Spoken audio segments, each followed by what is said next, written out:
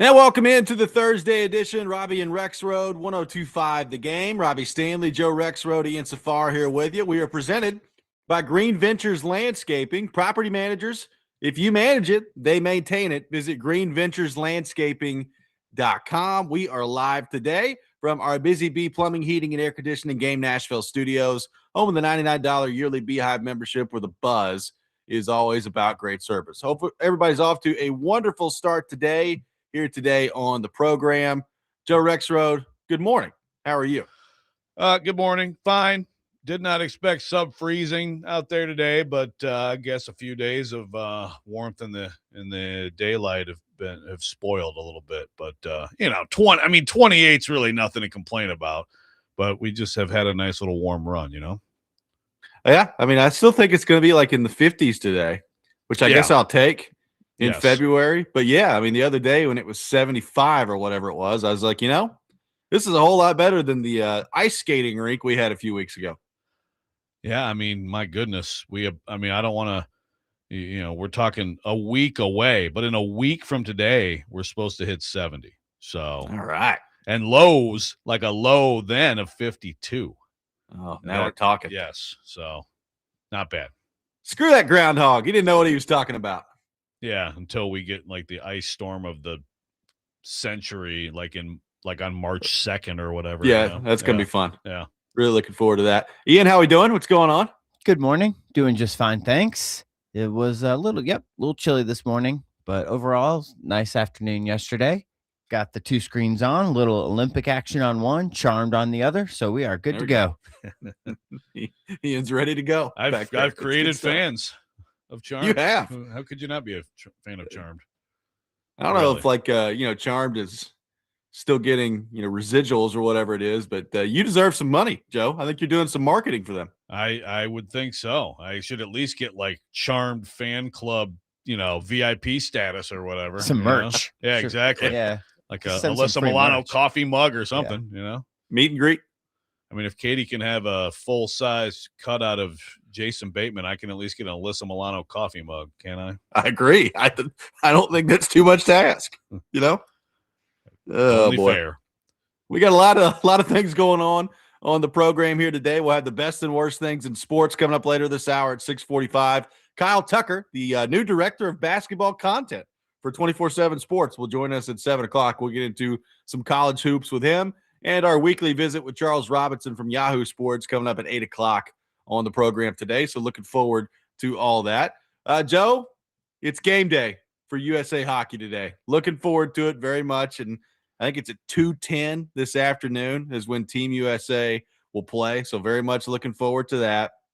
They are taking on Latvia today. So we'll see how that goes.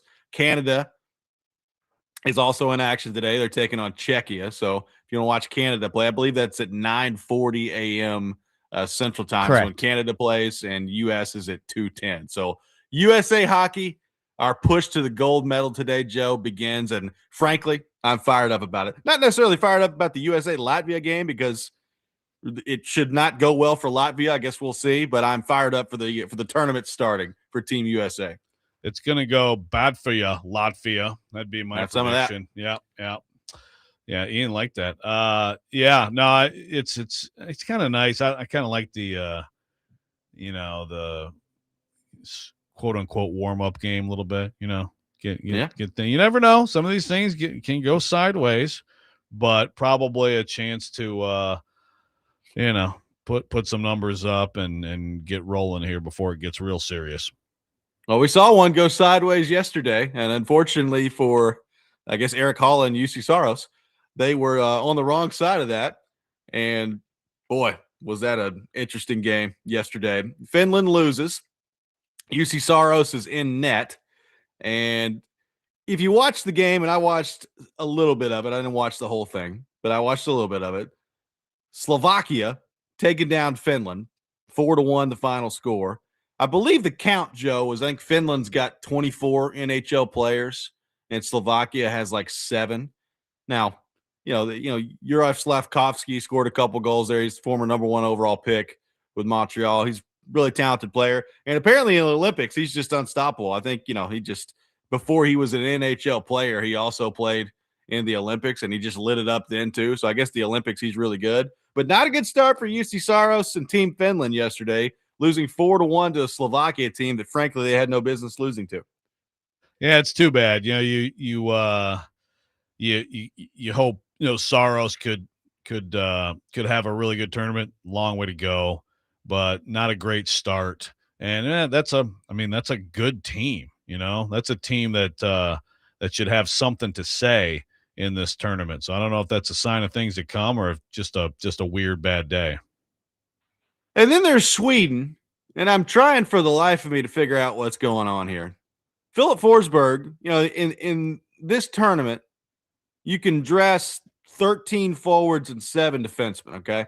So it's in your typical NHL game, you're seeing 12 forwards and 6 defensemen with the 2 goalies on the bench. So 20 in total, and that's it. Well, in this tournament, you can dress 13 forwards, 7 defensemen.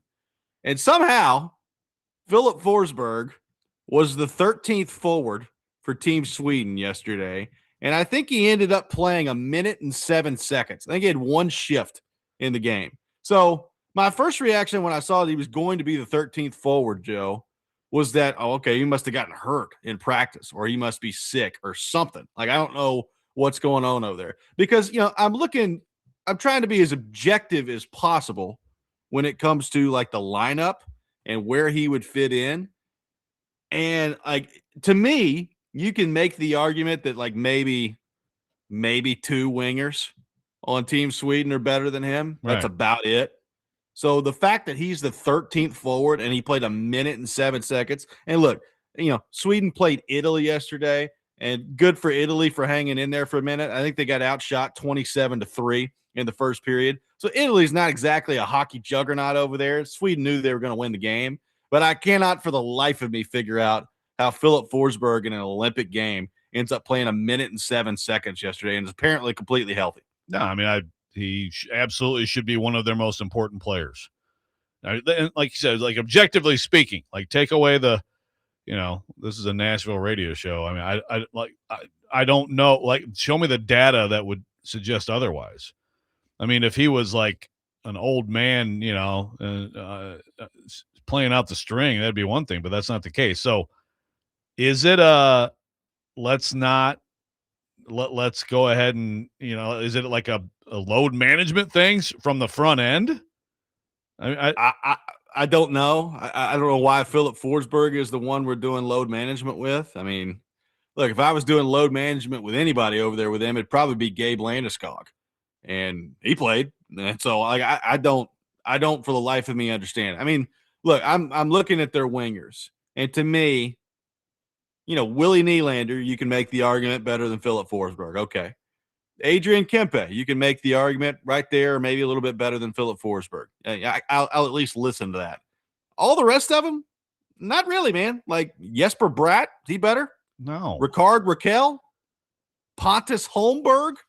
I'm sorry. Like I don't know. I mean, there's been all sorts of weird stuff that's gone on with like the Swedish head coach, and there's all these, rumors, and this is all over the internet. I don't know how much of this is true.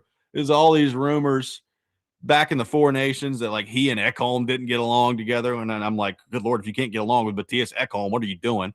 I don't understand it. And so, I mean, their coach talked after the game yesterday. They said Forsberg's going to play more moving forward, I guess. But I saw that yesterday. I was like, really? 1 minute and 7 seconds for Philip Forsberg. Interesting strategy.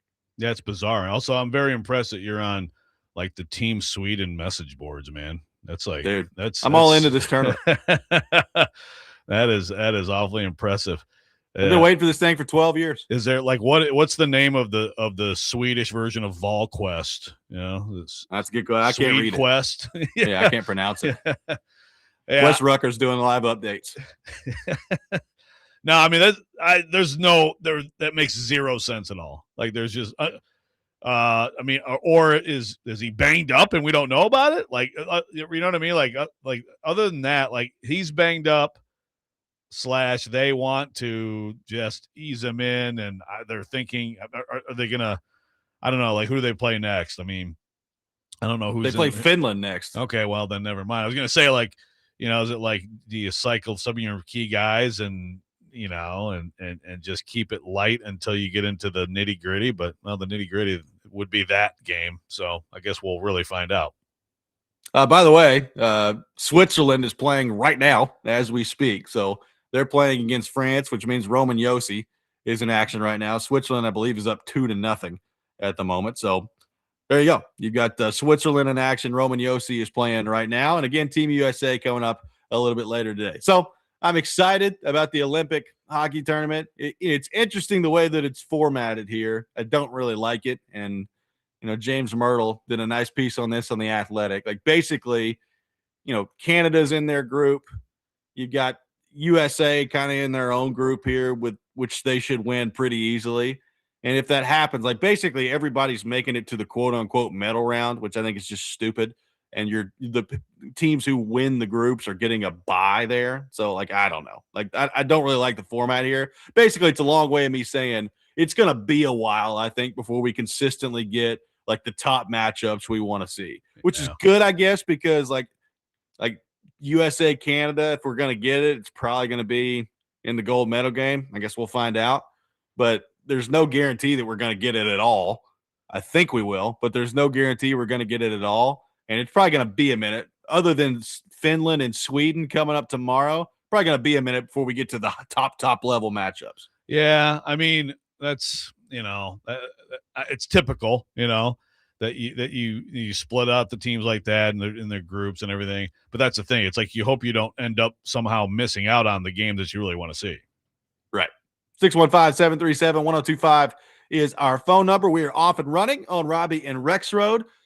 Switching gears to the Titans coming up next. How should the Titans view Chim DK, Alec Io Manor, and where they should stack in the rotation when it comes to their wide receivers moving forward? We will get into that. Robby and Rexrode, 1025 The Game.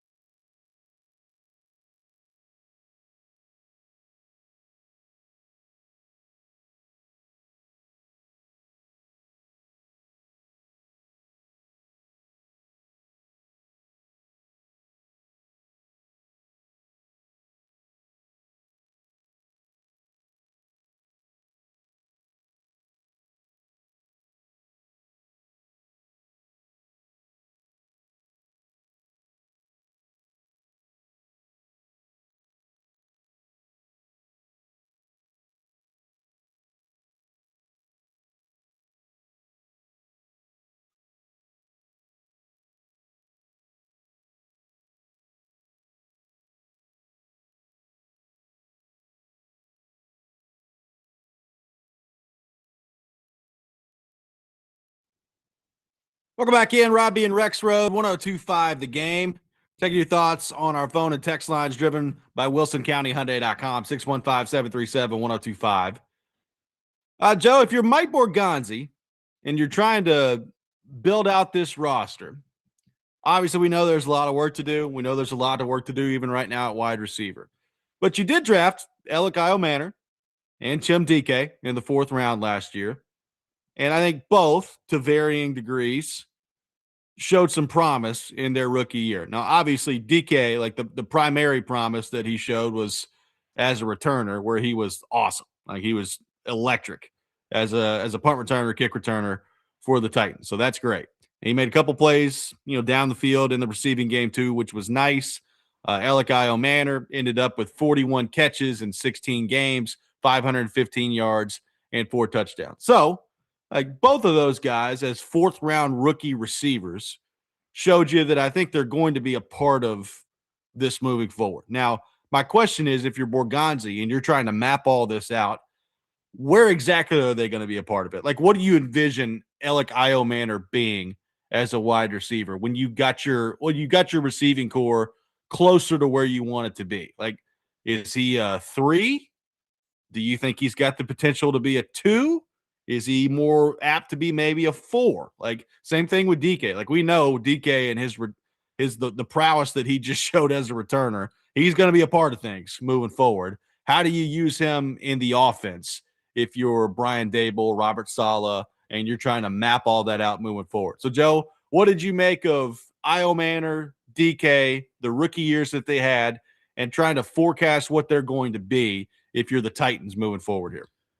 Well, I just think the ceiling's higher for DK. And like you said, we know he's going to be a weapon as a returner. I think there was a lot of promise as a receiver too, especially for a 4th round pick, in that offense with a rookie quarterback. And so I don't know what that means, like where you slot into a room. I mean, that's the thing. They don't either. Like they don't know right now exactly who they're going to be able to acquire. And I think it's just as simple as you'd like them to be bumped down, some, but you just don't know. I mean, we're totally assuming Calvin Ridley's gone, right? I mean, that's the presumption. That's what I'm here. assuming. We'll see. I mean, you're talking about 13 mil in dead caps, but that's still a savings of 13. So roughly 13. So that's probably the case. It's funny though, because, then people could look at him and be like, oh, hey, that'd be someone, someone else will look at him as a nice, boost to a receiver room. But if we assume that, then those guys move up and they're higher than they should be in the pecking order. But then it's about who you acquire, because you have to obviously make some acquisitions, probably free agency and draft. But just with those two guys, I mean, I like Io Manor. I mean, I think he had a good year. You see some things there too. I'm not going to put a cap on him and say he can't make a jump from there and he can't become a key guy. But I just, if I had to pick one of those guys who could maybe really become an important part of the offense, it would have to be DK, just because of the speed. I mean, he can just flat out run by people, and there's for as many other things that go into being a great receiver, straight line speed can be very overrated relative to just guys who are so good at running routes, at change of speed, change of direction. Those things can be more important. But when you can just blow by people, I mean, that's something. And it seems like I think last year you saw elements of a guy who could be a more complete receiver too. Well, they could never really get the jet sweep to work with him, although they tried it true. about 1,000 times. I think he may have broken 1 or 2 that ended up being okay.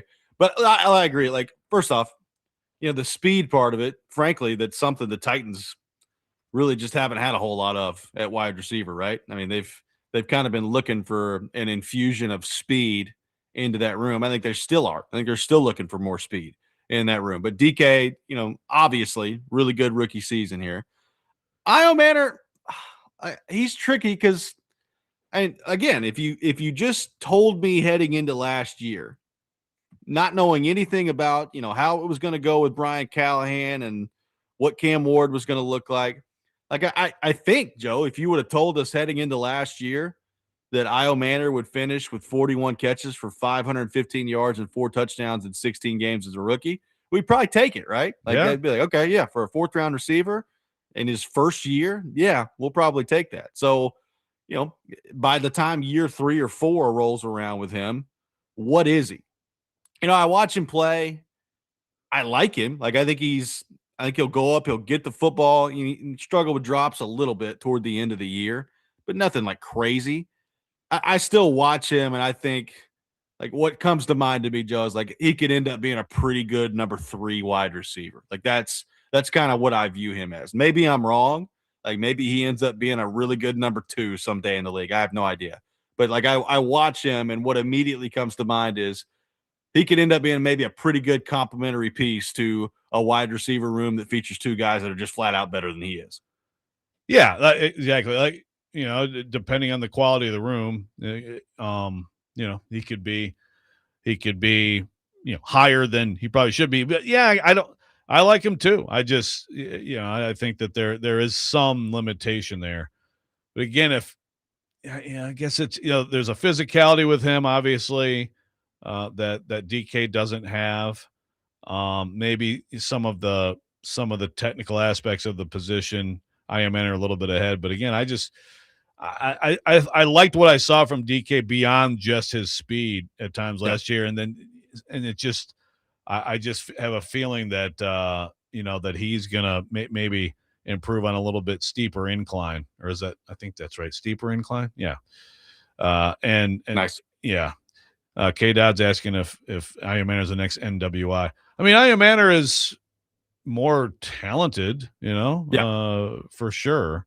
NWI, great example of someone who totally maximized themselves, but also I think for him here, an example of someone who, even though they had they had a great receiver in AJ Brown, they also, I don't think they ever had as much quality depth as you needed there. And so, what are these guys going to be able to do in this offseason with this receiver room? Because again, it may end up that, you could even draft someone and that person not be as ready as you hope. And then we'll see how many people they sign, but they may be forced into more important roles. I think for Cam Ward's sake, you hope that that's not the case, that even though he has been able to build chemistry with these guys and that gives them a leg up, you still hope that, they're more in that 3-4 range, which is where I think they should be. I just, like, again, if I had to pick, in a few years, who is more likely to be like a strong 3, I would pick DK.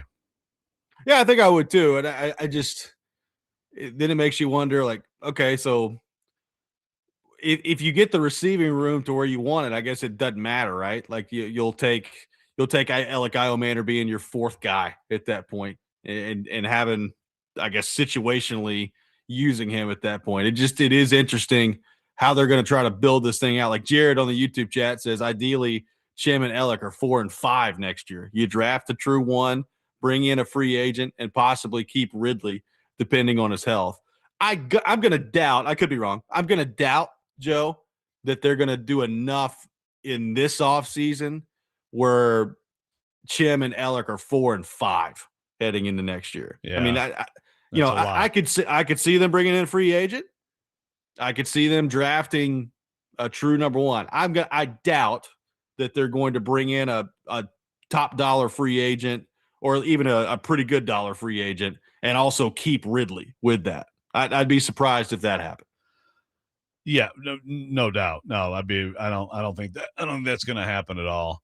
Liam McLeod did just post, I believe those are D-Mace's stats, another Titans 4th round receivers early stats. Yeah. And that is true. D-Mace was basically a returner on that Super Bowl team, and eventually, so you could also make that parallel with DK a little bit. And then, all of a sudden he goes to 63 for 895, 73 for 1128. Let me tell you right now, D-Mace is and as I've said many times, I saw him up close every Saturday in college. He is much more talented than either of these guys. Yeah. So that was an absolute steal. Again, maybe we'll be talking about either or both of these guys as massive steals too. They're definitely good 4th round picks. I mean, there's no doubt about that. But the D-Mace trajectory might be asking a little bit much.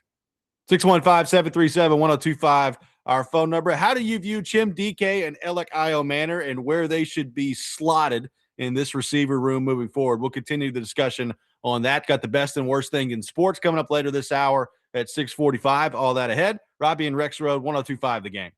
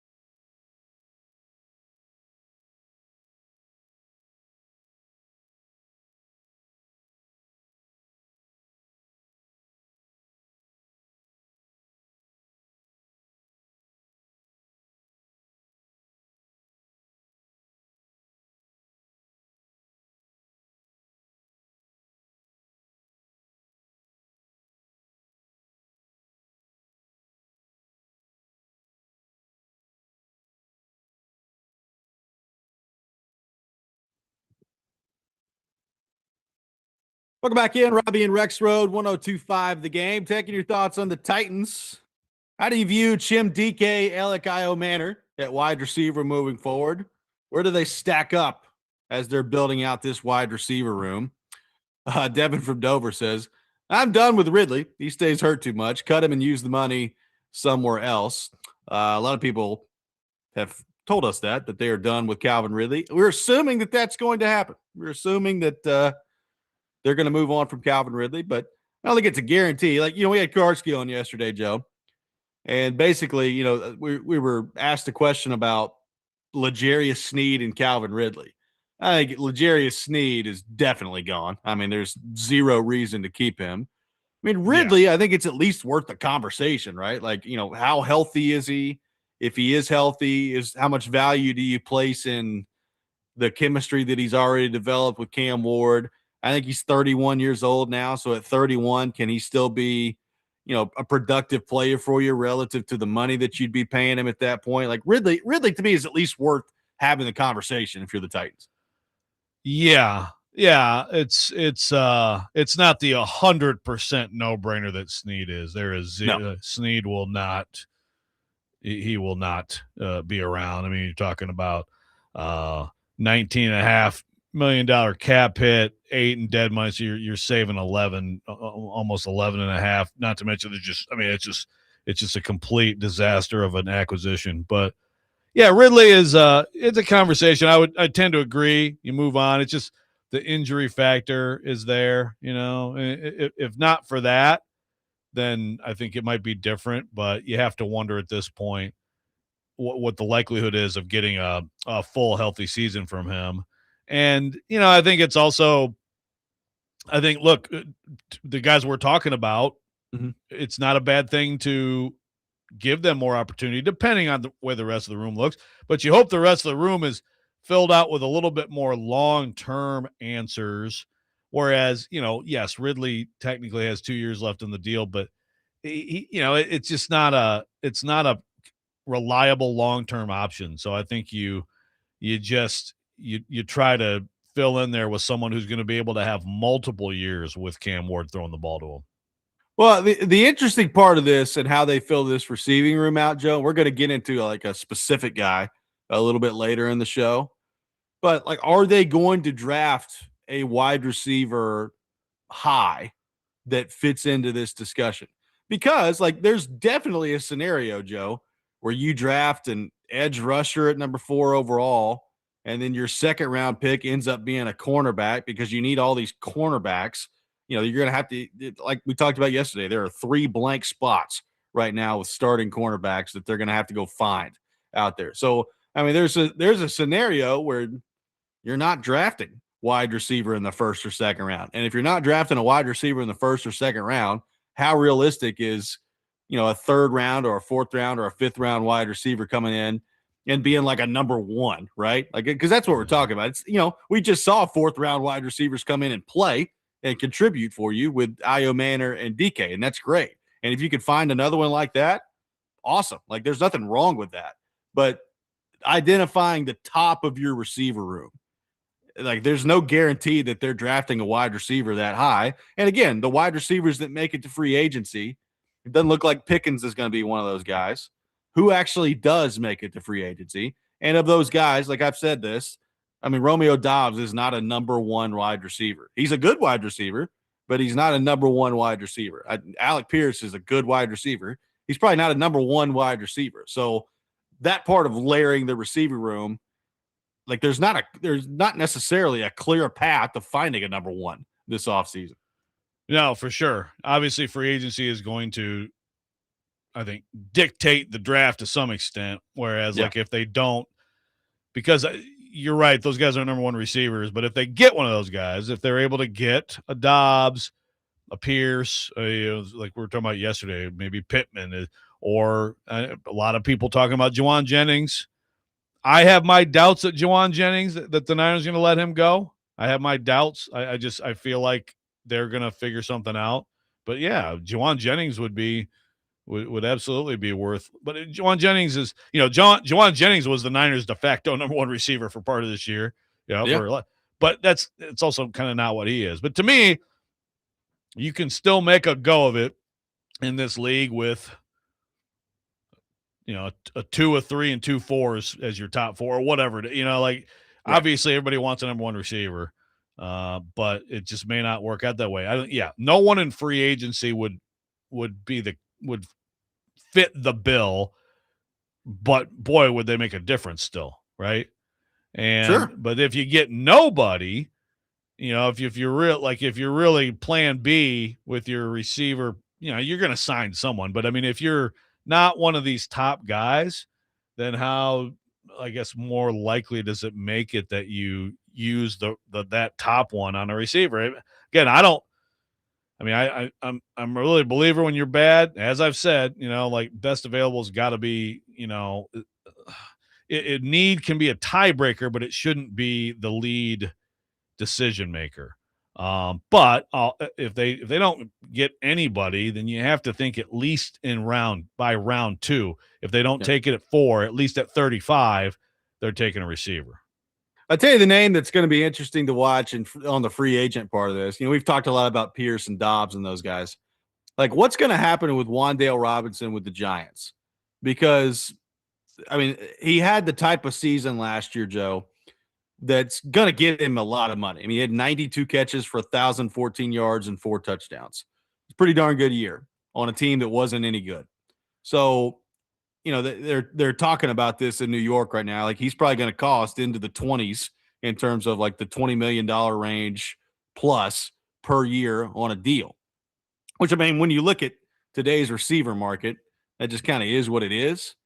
But he's 5'8", he's 185 pounds, and he's been primarily a slot guy. So what does that look like for them moving forward? I mean, you're talking about back-to-back years where he had 90-plus catches. Now, the amazing part is he had 93 catches in 2024 for 699 yards. So he's catching a lot of passes. They weren't really going anywhere with him. I think it was 7.5 a reception. Yeah. And this last year, 92 catches for 1,014. It jumped up to 11 yards per reception. So a pretty big jump from 24 to 25 in terms of the damage he was doing with the ball in his hands after the catch and getting a little bit deeper down the field. Yeah, I mean, he is a screen guy, and jet sweep guy, but certainly like a guy who could make a difference, and not exactly what they have. That's the thing. It's like, and obviously Dable is familiar with him, so I don't know if that is that good, is that bad? I don't know. Right? Like, does Dable, does that make a difference in a positive way with Wan'Dale Robinson, or the other way? Does Saleh and Breece Hall, does that make a difference? People automatically assume that's good. It isn't always, but certainly when Dable was coaching him, they utilized him a lot. So I would think that he would, welcome someone like that. And again, it's just like there's so many different kinds of receivers out there. And to me, any of the kinds of receivers can help the Titans. Yes. I mean, like, they have the physical guy with good size and Aya Manor, a good solid possession receiver. They have a speed guy in DK. If that's basically them and you're stripping it down and starting over, yeah, it'd be great to have like a gadgety slot guy, but of course you want the all around great outside receiver. That's probably high in the draft or nowhere, but some really, I mean, Pierce is I think an all around good player, and certainly a guy with speed that they can also stretch a defense vertically. Colin Shelbyville asking about Brandon Ayuk. You talk about somebody that I would not have much interest in. It would be Brandon Ayuk. Yeah. And it's both with the, he didn't play last year. He had the injury. And then some of the crazy stuff at the end of his time there in San Francisco, to the point where John Lynch got up at the end of season press conference in San Francisco and was like, yeah, it's probably safe to say Brandon Ayuk has played his last snap as a Niner. I mean, he's going to end up somewhere, but I don't know that I would let that be here if I'm the Titans. Yeah, like, look into it. And he's certainly one of those guys who not long ago was clearly a special talent out there. Could he be one of those guys who's going to be one of those big, comeback player of the year candidates next year? It's possible, but yeah, that stuff is a little bit alarming for sure. But Yeah, I'm not like closing the door without looking into it for sure. I would have my doubts that would end up being one of the answers. Maybe don't post videos online if you just driving like 110 miles an hour past the stadium. That'd be great. I didn't even realize that. When did he do that?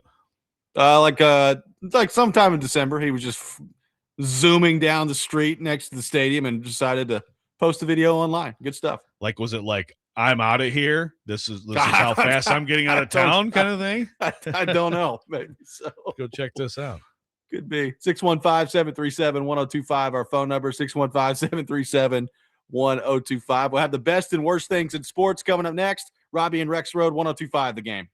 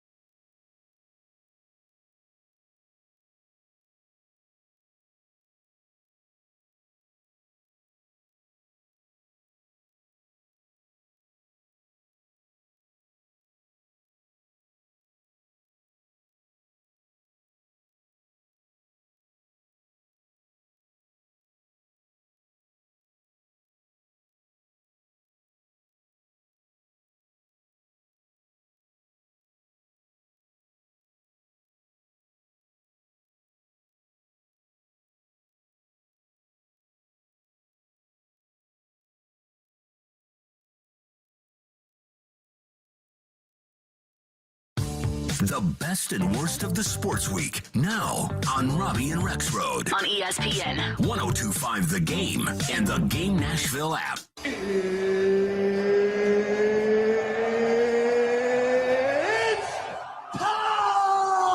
This is the worst. You look like you're feeling sorry for yourself. He's one of one. He is him. This is a Coke bottle. It's not a crystal ball. When I woke up this morning, I was feeling pretty dangerous. It is that time of the week, time for the best and worst things in sports. We'll take your best things, your worst things on our text line driven by WilsonCountyHyundai.com. Rexrode, kick us off with your best and worst things in sports. Okay, well, I'm going to take some obvious stuff, but I'm going to leave some obvious stuff. I'm not going to take it all. My best in sports is Seattle Seahawks. Sorry to be obvious, but tremendous performance, tremendous team, and just really remarkable rebuild and two complete independent builds by one GM. And not many things more important in the NFL than having a great GM, a great personnel department, right? And Seattle's got one. So, if you're the Titans, you hope that you're going to have a similar kind of hit rate with your GM. But that's the standard. It's John Schneider and the Seattle Seahawks. Absolutely terrific. And my worst, I'm not trying to pick on anybody, but man, Will Campbell, tough scene there. And a lot of stuff that went wrong for the Patriots. But just a left tackle for a Super Bowl team. It's just a glaring issue for them. And I know apparently people have been very mean online. I've seen a lot of sort of like reaction to the reaction. And it is too bad. I mean, it's how it goes. But then again, it's also like you just expect it at this point, right? Yeah. It's just one of the. I mean, it's one of the worst left tackle. Well, it's a 14 pressures is a record, but just overall, like it's amazing that they did what they did, given the issues at that, which is one of the most important positions in football. Ian Safari, your best and worst things in sports. Okay. Seattle's a good one. I put Darnold on here as my best. Also, just that whole story. Olympics. So, there's so many good stories out of the Olympics. You could probably do your entire best on finding a couple here and there, one in particular, German guy wins ski jumping, but he actually has a fear of heights, just major upset stuff like that. Pretty cool. Worst, there's a lot of worst this week. You could try not to go through them all, but there's a lot. I think the easiest one would probably be James Pierce Jr. Yeah. That one kind of came to mind pretty quick. Just that whole situation, not good. So I'll go with that as probably my number one hit. My best thing in sports is Olympic hockey specifically. Like, it's going to be awesome. I'm excited about it. I don't know that the early part of it's going to be all that great, but yesterday was fine. Yesterday was good stuff, but I don't know that, USA and Latvia today is going to be a great game necessarily, but I'm interested to see, as this thing builds up here, what do the matchups end up looking like? And do we eventually get what everybody wants, which is USA and Canada? And just the thought of USA and Canada again in the Olympics is pretty awesome. So I'm very much looking forward to that. That's my best thing in sports. My worst thing in sports, did you guys see this in the Olympics? This Norwegian guy who won the medal, and then he got up on the microphone and admitted to cheating on his girlfriend in the post. What the heck thing interview. He was, I don't know really whether to call it the worst or the best, but it was Sturla Holm Lagrade, and I butchered that last name, but he wins the bronze medal in the 20-kilometer individual, and he gets up there and says basically, the love of my life, I'm trying to win her back in this post-game interview. They cheated on her and admitted that 3 months ago, and it's been like, or admitted it last week, and it's been like the worst week of his life. So he got on the post-game interview and basically admitted to the world that he cheated on his ex-girlfriend. Interesting timing there. That you just never know. You never know what kinds of things may come out of these Olympics, and I don't know. I guess I'm interested to know now if, like, did that help him at all? It's a bold strategy, Cotton. Let's see if it pays off for him. I don't think it worked out well. No, it did not. This was definitely a move out of complete desperation. Oh, yeah. This was the full quote. Yeah. He said, quote, "I told her a week ago, it's been the worst week of my life. I had a gold medal in life, and there's probably a lot of people out there who look at me and look at me differently now, but I only have eyes for her. Sports has taken a bit of a back seat these past couple of days. Yeah, I wish I could share this with her." An emotional moment up there. Man, I mean, it's pretty impressive. He's like, I ain't gold medal, but I miss. Please come back to me. Yeah, it's well, like, he got the bronze. sure. Well, he got the bronze. So. Oh, he got the bronze. Yeah, well, maybe if he got the gold, then she wouldn't. Maybe he'd have better luck. Or if he hadn't done this, he would have gotten the gold. Well, he was true. saying He's off his game. He was saying he's realizing now that he had the gold medal in life. Oh, boy. But he screwed that one up. So he's the European. Kind of Butch Jones. Butch Jones, yeah. Good to know. Well, I wish him well. There is a lot of votes for Lindsey Vaughn. That's definitely one that needs. I had that on the list. Yep. Yeah. NBA week this week was also on my list. A lot of bad NBA stories this week. Woof. Little Pistons. Little Pistons Hornets between the fights and the tanking and the injuries and the All-Star thing. Not many good stories in the NBA right now. Yeah. Joe's Pistons causing some problems out there, starting fights and all this stuff. I mean, I love Isaiah Stewart. He's awesome. He got 7 games for and I mean, yeah, you knew he was going to get multiple games, but I mean, he came off that bench and was like, shoo. I mean, he wanted to throw hands, man. Now, then I'll throw it to a best and worst. Alternatively, more in my world. One, best, Justin Verlander. Signing with the Tigers for a year. Very excited about that. If nothing, I mean, he's a pretty good third starter, and also the nostalgia factor is pretty strong. And worse, did you see in that fight Duncan Robinson? Yeah, I did. Did you see that? Dude, you don't have to fight, but like go in and grab a teammate, show that you care a little. Like he just turned he did away. exactly what he needed to do. Duncan Robinson, you walk away, son. No, You're not going to help anybody out in there. Just get in there and pull away a teammate. Just get in there and act like you give a crap. He just turned and rolled his eyes and walked away. That was weak. That was very weak. That's good coaching early in his career by Spo. Like, hey, if there's an altercation, you get as far away as possible. Yeah, run away so none of your teammates will respect you after that. They don't need his respect. Just get him the ball and let him shoot a three-pointer. That's all they need. That's true. He does shoot. He does hit threes. So Verlander's about to be 43 years old. It's crazy. See how that goes. I mean, 2006, when he was a rookie, it was an amazing, like, all-time year for the Tigers out of nowhere. They get to the World Series. I think he won Rookie of the Year. But, I mean, he was incredible. And that was 20 freaking years ago. And they never should have traded him. They never should have traded him. They didn't get crap back for him. It was a bad move all along. And he always wanted to be back in Detroit. So now here we go. World Series. World Series on the way. We'll be joined by Kyle Tucker coming up next, director of basketball content for 24/7 Sports. We'll get in some college hoops with him. Robby and Rexrode, 102.5 The Game.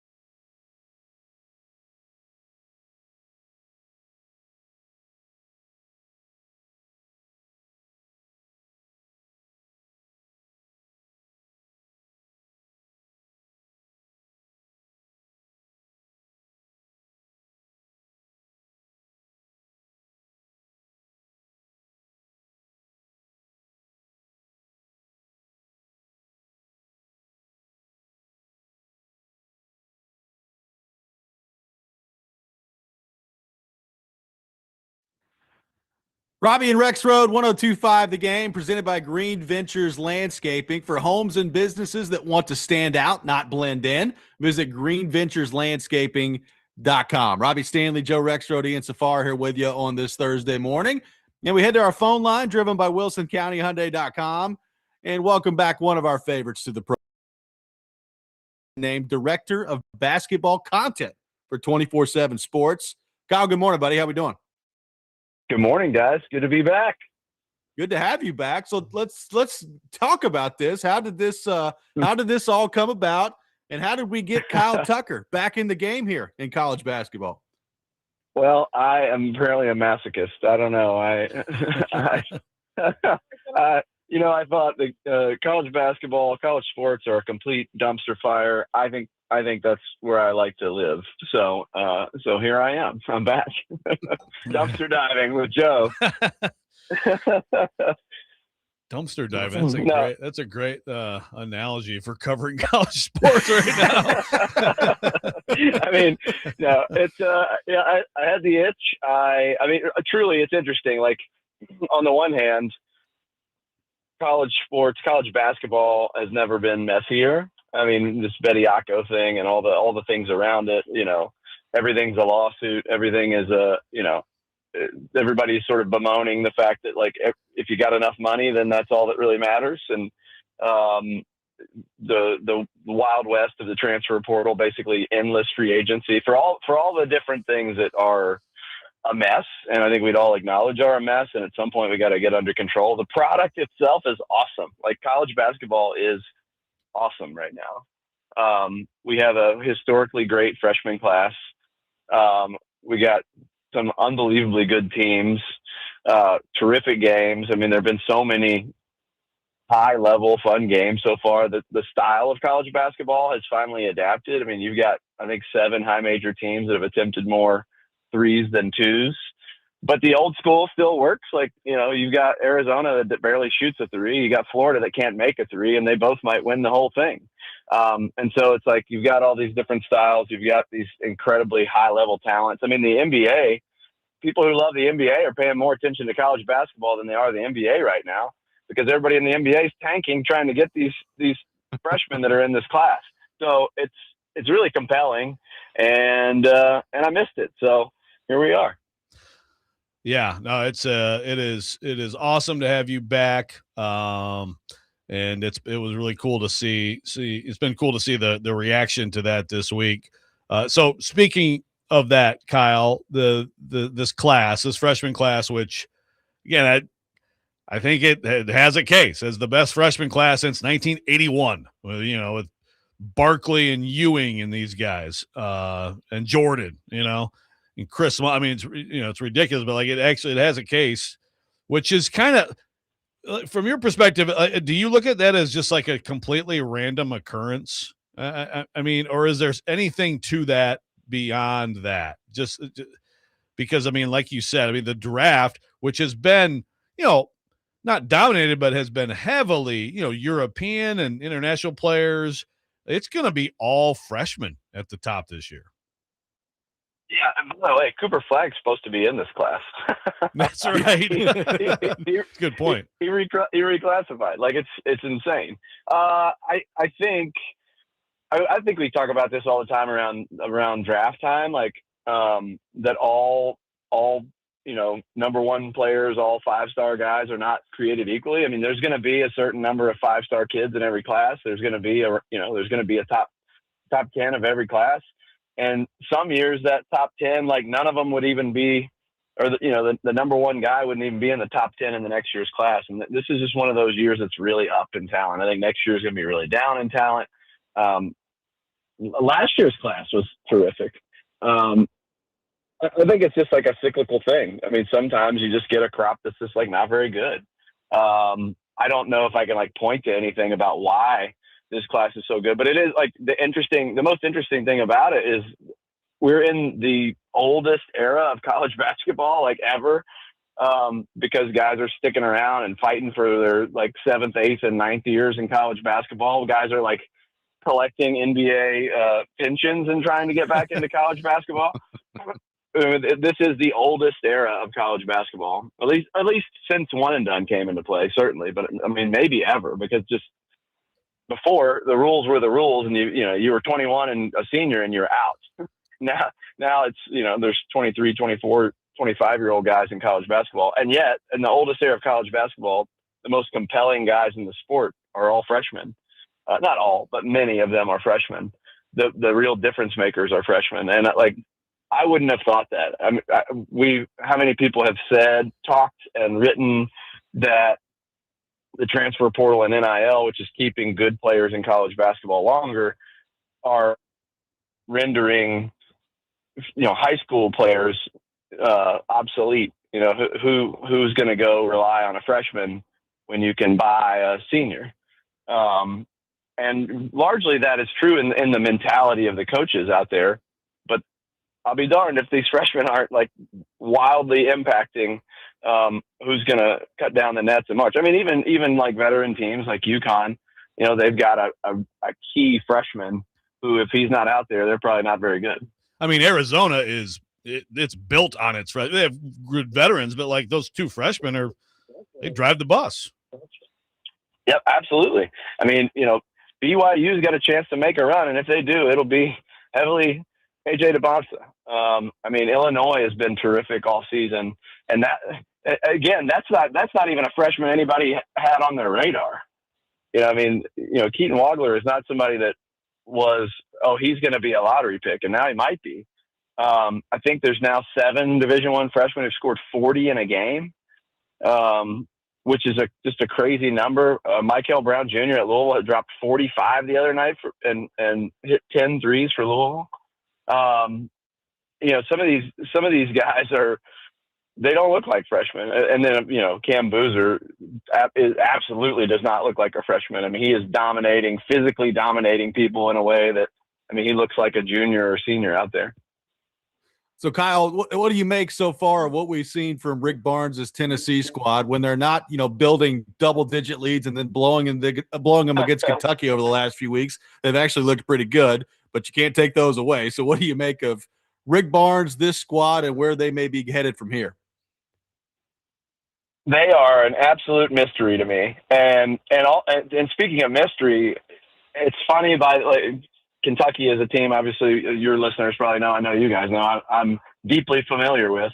And one of the real bugaboos for John Calipari by the end at Kentucky is Rick Barnes owned him. Hall of Fame coach John Calipari Rick Barnes had his number in a insane way.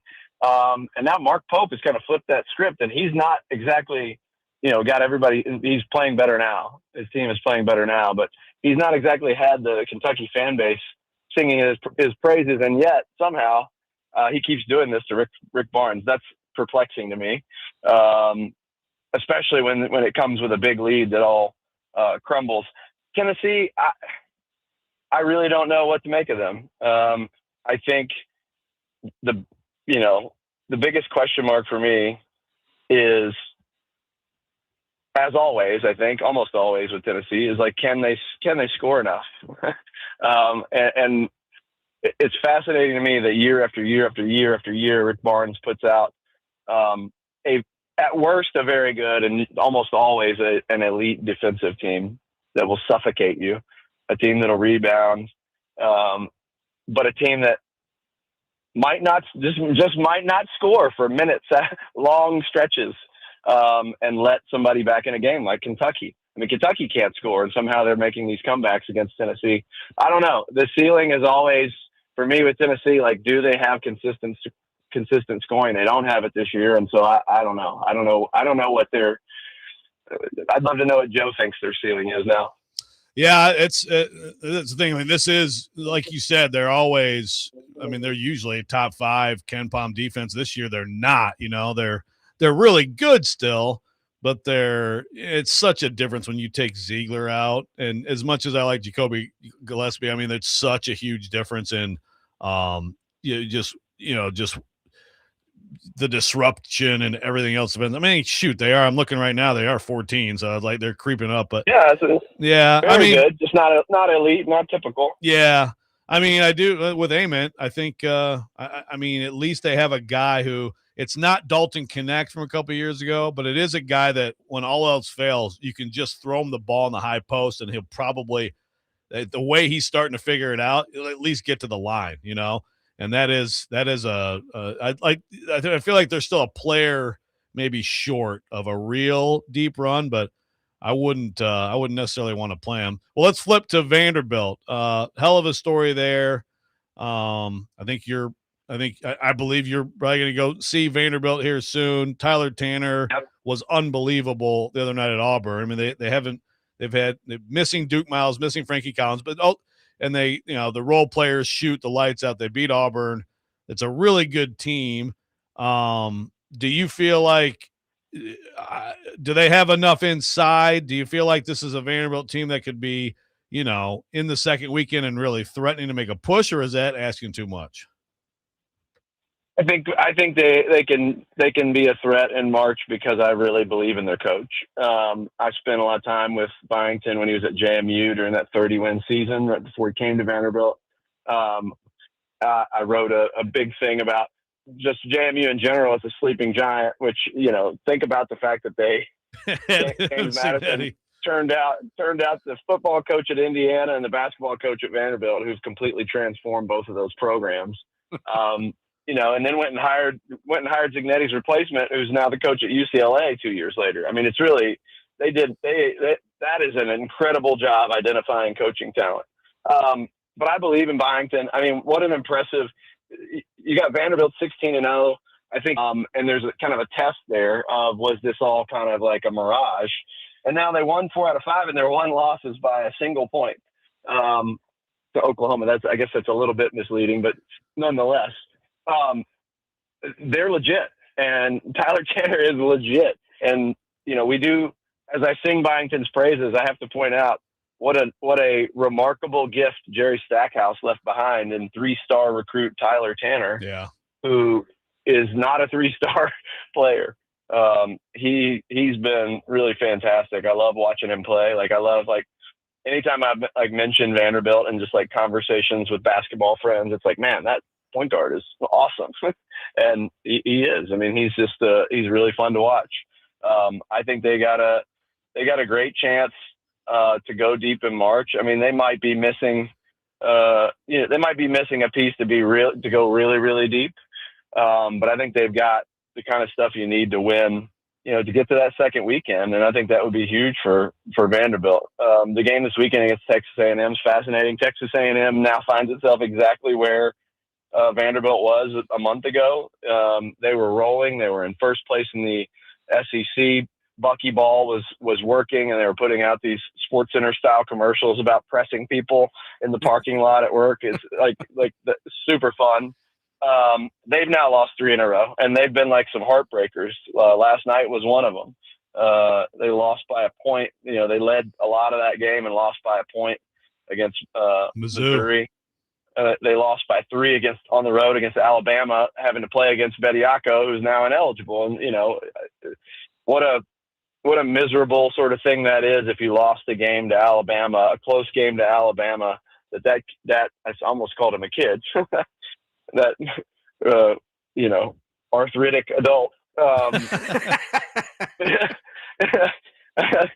A man who is listening intently to Joe's gout PSAs. Yes. That would be, I think I would be really, really angry if I'm Bucky McMillan and I lost 100-97 shootout with Alabama, having to play against a guy who was in the NBA, and is now ineligible. So, and that's such a headache for the NCAA tournament selection committee. It's such it's such an irritation as you're a team trying to build your tournament resume. All of it is just that part. That's the part when we said we led this segment talking about the messiness of college basketball. That's the kind of the ugly part of it. Yep, no doubt about it. Well, Kyle, it's great to have you back. Appreciate so much you taking time to be with us this morning, and we will be talking to you a lot down the road, my friend. Can't wait. Good to talk to you guys.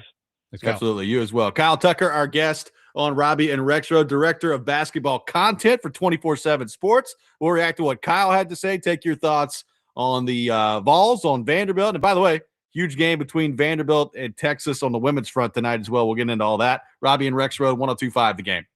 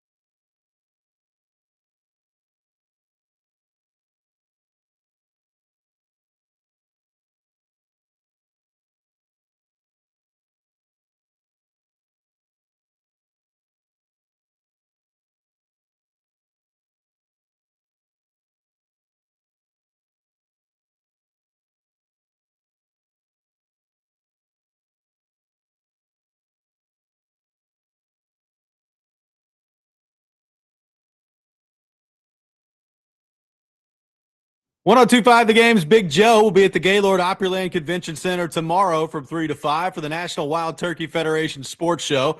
Get your tickets now. Check out the latest gear from the hottest outdoor brands, as more than 500 exhibitors will be on site. For more information, visit nwtf.org.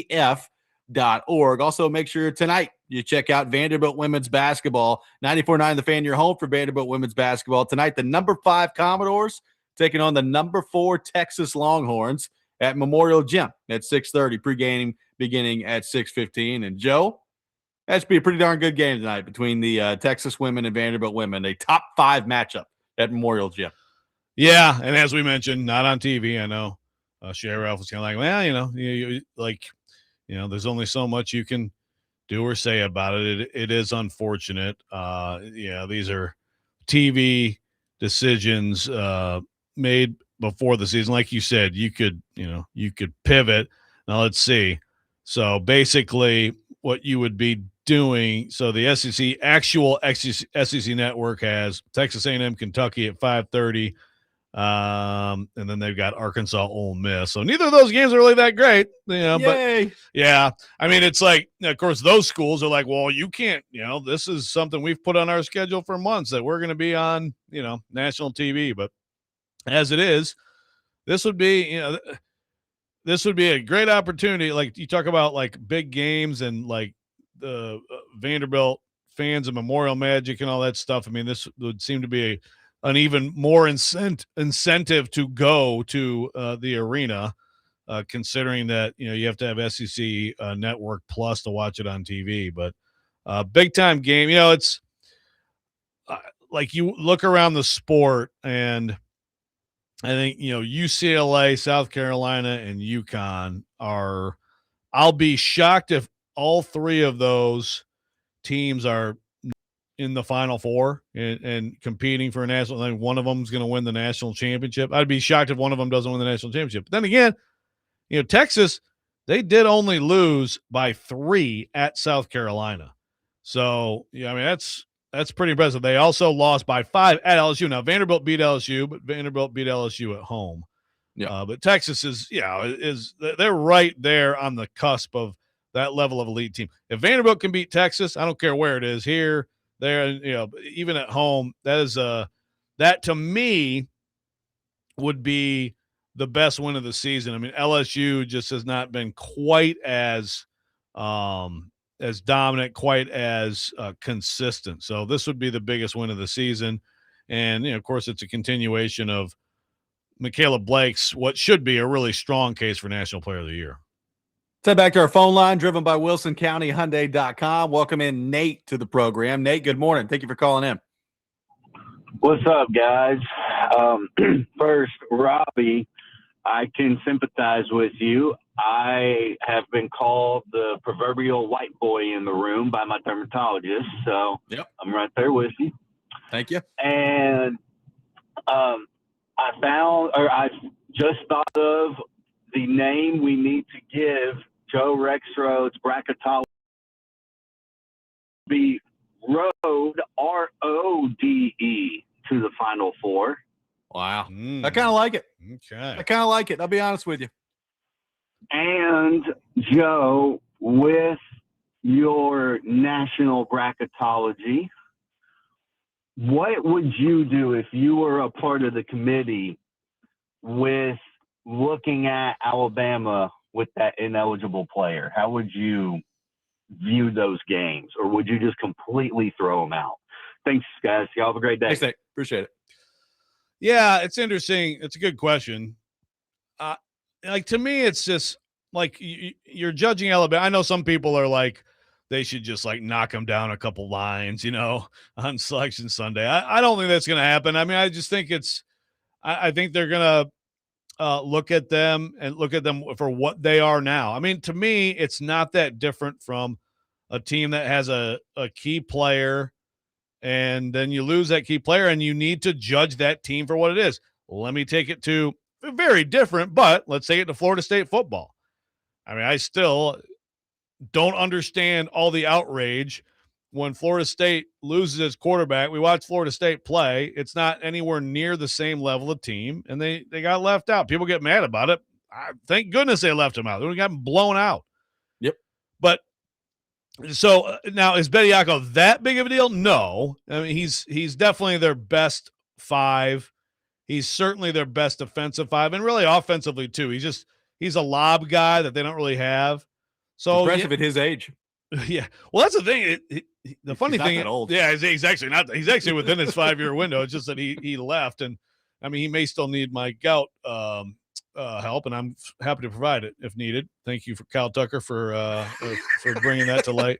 No, but I just think it's like they're going to look at those wins, and like it's not like the wins don't count, but you just have to judge the team for what it is. So to me, like if Alabama keeps winning from here without him, then I don't see that big of a difference.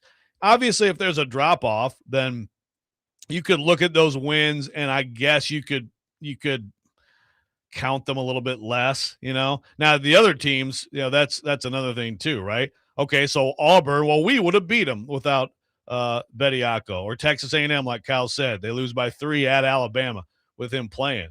So do you give those teams a little more credit? I mean, ultimately there's so many data points once you get to selection, once you get to that weekend. I mean, all these teams have, 35 games, right? Or whatever. So I still feel like the overall resume is just going to be what it is. But yeah, certainly if Bama struggles here and loses a couple games, then I think the committee will look at that time period and say, let's remember that may have been a little bit inflated compared to what the team actually is now. What do we make of a road to the Final Four as your bracketology name? I'm pretty sure that, I mean, it's not like I named it. It was Bracket Watch before I started doing it, and it'll probably be Bracket Watch after I start doing it, after I stop doing it. But, you're never gonna stop doing but it. I mean, I can make that. Make tweet that, road to the Final Four. Not bad. Not bad. There we go. One player that we have discussed that the more I hear and the more I read, I wonder if we're not giving enough credit to. We'll get into that coming up next. Robby and Rexrode, 102.5 The Game.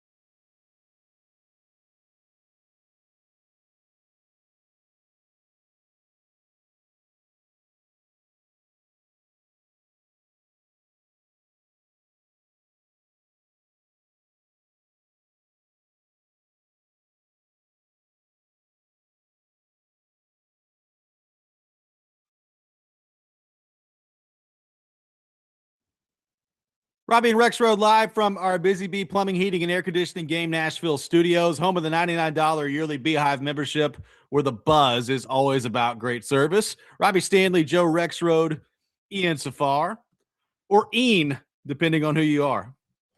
Sometimes Ian is referred to as Ian. Agreeable, Ian. Ian. Ian, what do we make of that name that Kuharski has given you?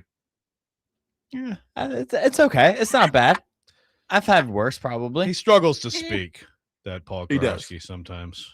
You know, nicknames, yeah, it's a sign of endearment. So I'll take that as a compliment. I mean, anybody who says huge instead of huge has issues. Houston. Yeah. Yeah. There's a lot of that going on. I got some tickets to give away to the Nashville Hoop Showdown featuring the Ohio State Buckeyes and the Virginia Cavaliers coming up on Saturday. Caller number 2, 615-737-1025. Caller number 2 will win a pair of tickets to see Ohio State and Virginia coming up at Bridgestone on Saturday. So, Joe, we had Nick Baumgartner on earlier this week, and we had talked to him about Carnell Tate, and he seemed to be pretty high on Carnell Tate and the type of playmaker, number one wide receiver that he could be in the NFL. We like and respect Nick Baumgartner, his opinion on this program. We also like and respect friend of the show, Dane Brugler, on this program. And Brugler came out with his top 100 prospects kind of heading into this draft process here. He's got Carnell Tate at number 10. And here's what he says. He just says, Tate stepped into a full-time role in 2025 and surpassed expectations that were already high. He builds his speed to be a dynamic playmaker downfield while also showing the technical know-how to uncover on to short to intermediate routes. He's an outstanding tracker of the football, consistently owns the catch point regardless of placement. He is going to be a playmaking Z receiver in the NFL. So, Joe, I ask you, we talked about the Titans at number 4 overall. Tate was somebody we talked a lot about during the college football season. And then you look at some edge options that could be available there. You look at the smorgasbord of options on the offensive line that you would have them take at number 4. And we've kind of worn the Carnell Tate stuff has kind of worn off a little bit. But I'm telling you, this week between Baumgartner and Brugler, two people I respect very much, they seem to really like Carnell Tate. So my question to you, Joe, is, are we here on the Robby and Rexrode program not giving enough credit to Carnell Tate and the prospect that he is heading into this draft? Maybe.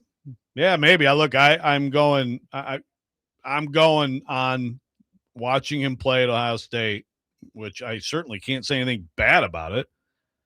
I think sometimes with Ohio State, and I did this with CJ Stroud, and you know what? Who knows? Maybe in the end it's going to wind all the way back to that. But like with CJ Stroud, it was like, man, the guy never got pressured.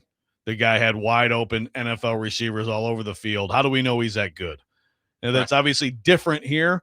But with Carnell Tate, as we've talked about, I probably ding him too much for Jeremiah Smith being on the other side of the field.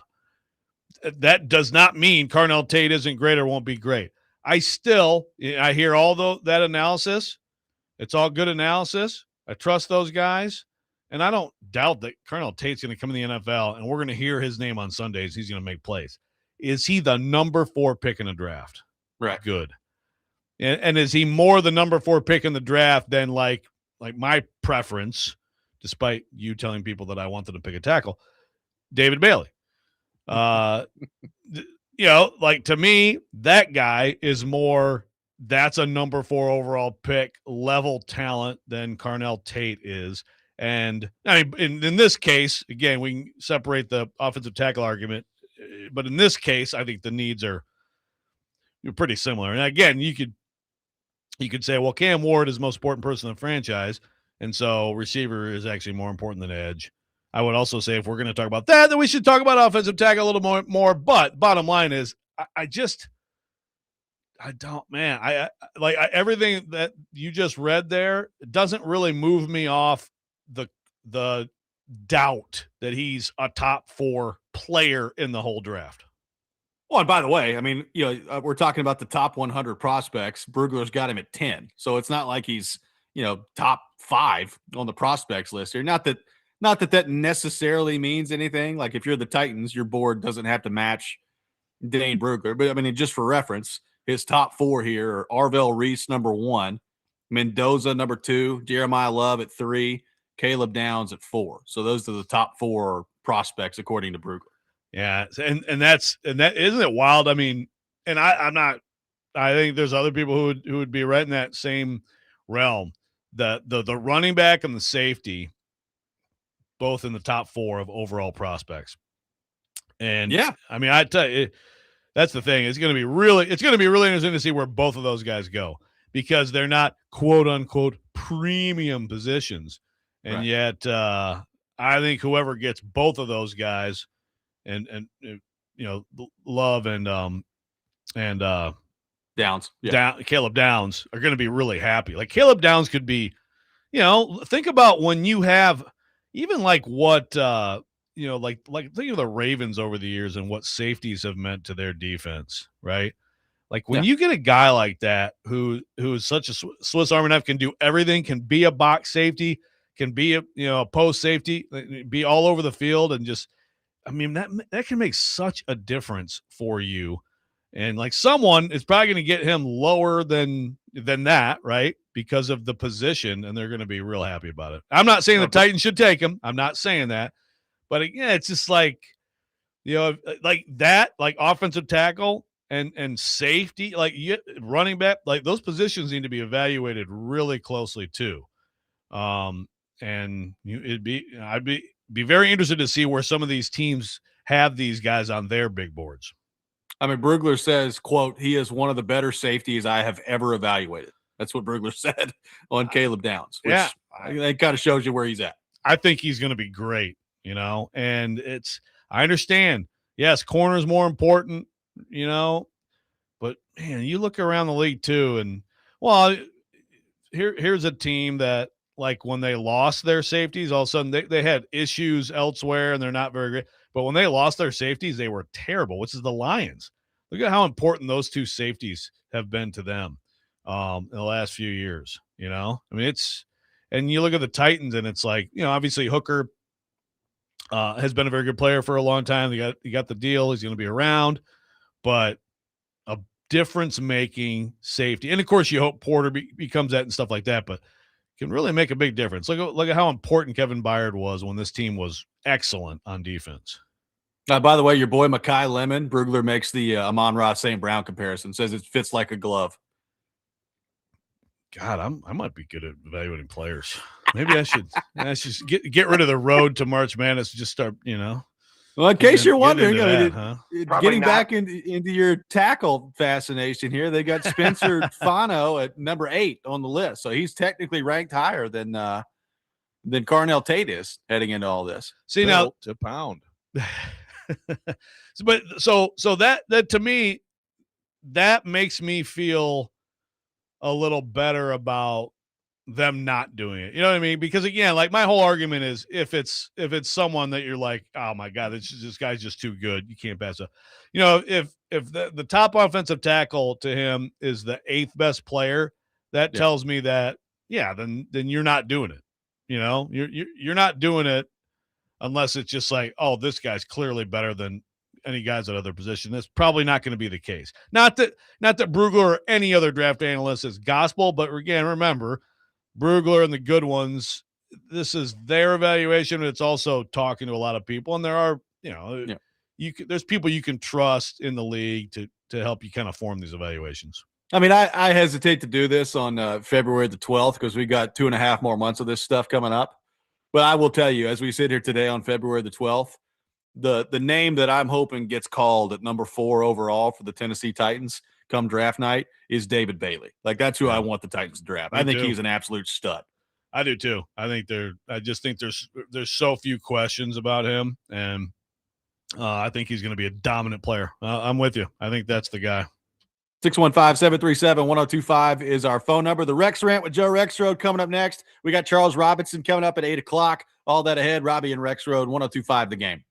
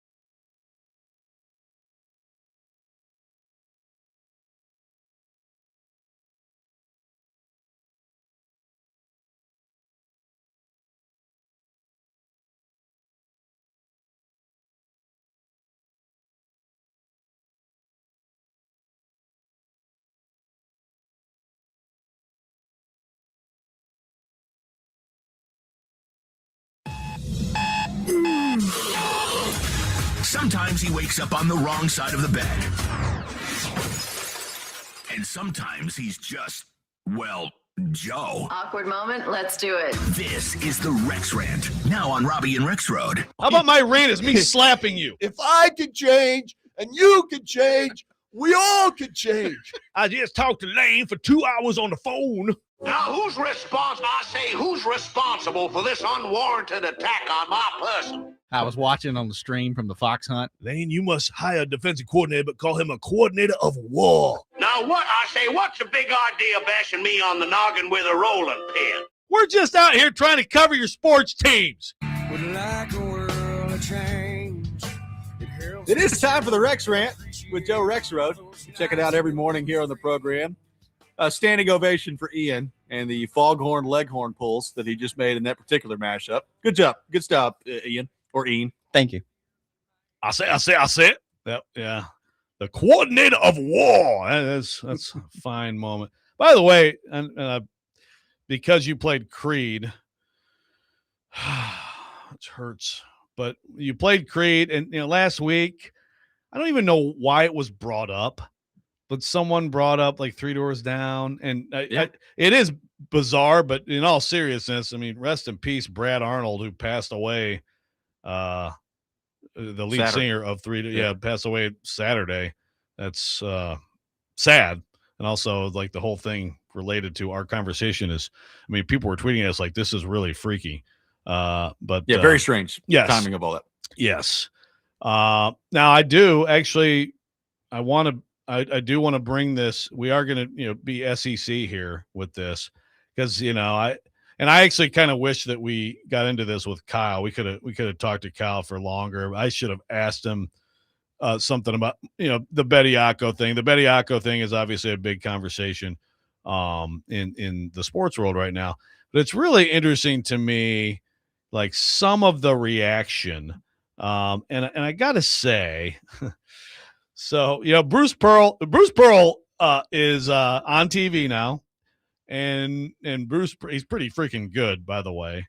And it's I as I mentioned, like last week, I went down to do a thing with Auburn, and I was inside the program for a couple of days. And the first day I walked into the office, Bruce Pearl was there in his sweatsuit, and I'm like, oh, what are you doing here? And he wasn't there to help coach the team. He was there to because they have printers, so he could print out his stats for his TV job. So sure, yeah, very boomer thing to do. Bruce Pearl, you can't help but like Bruce Pearl and enjoy Bruce Pearl. But I must say, I have to read this quote from Bruce Pearl about Nate Oates and about the Charles Bediako thing. A lot of people are mad at Nate Oates, understandably so. Okay. But let me read this quote from Bruce Pearl. Quote, Nate said he'd play Bediako 100 times again. What that tells me is Nate doesn't really care about the SEC, and he doesn't care about the NCAA. And it's fine. You're just going to care about your student athletes. That's fine. But you're a member of this conference, and you're a member of the NCAA. What about the rest of the teams? What about the rest of the players? Why should those 5 teams have to play against an eligible player? I think it was selfish, and I think it was wrong, end quote. I think there's some truth in what Bruce Pearl said there.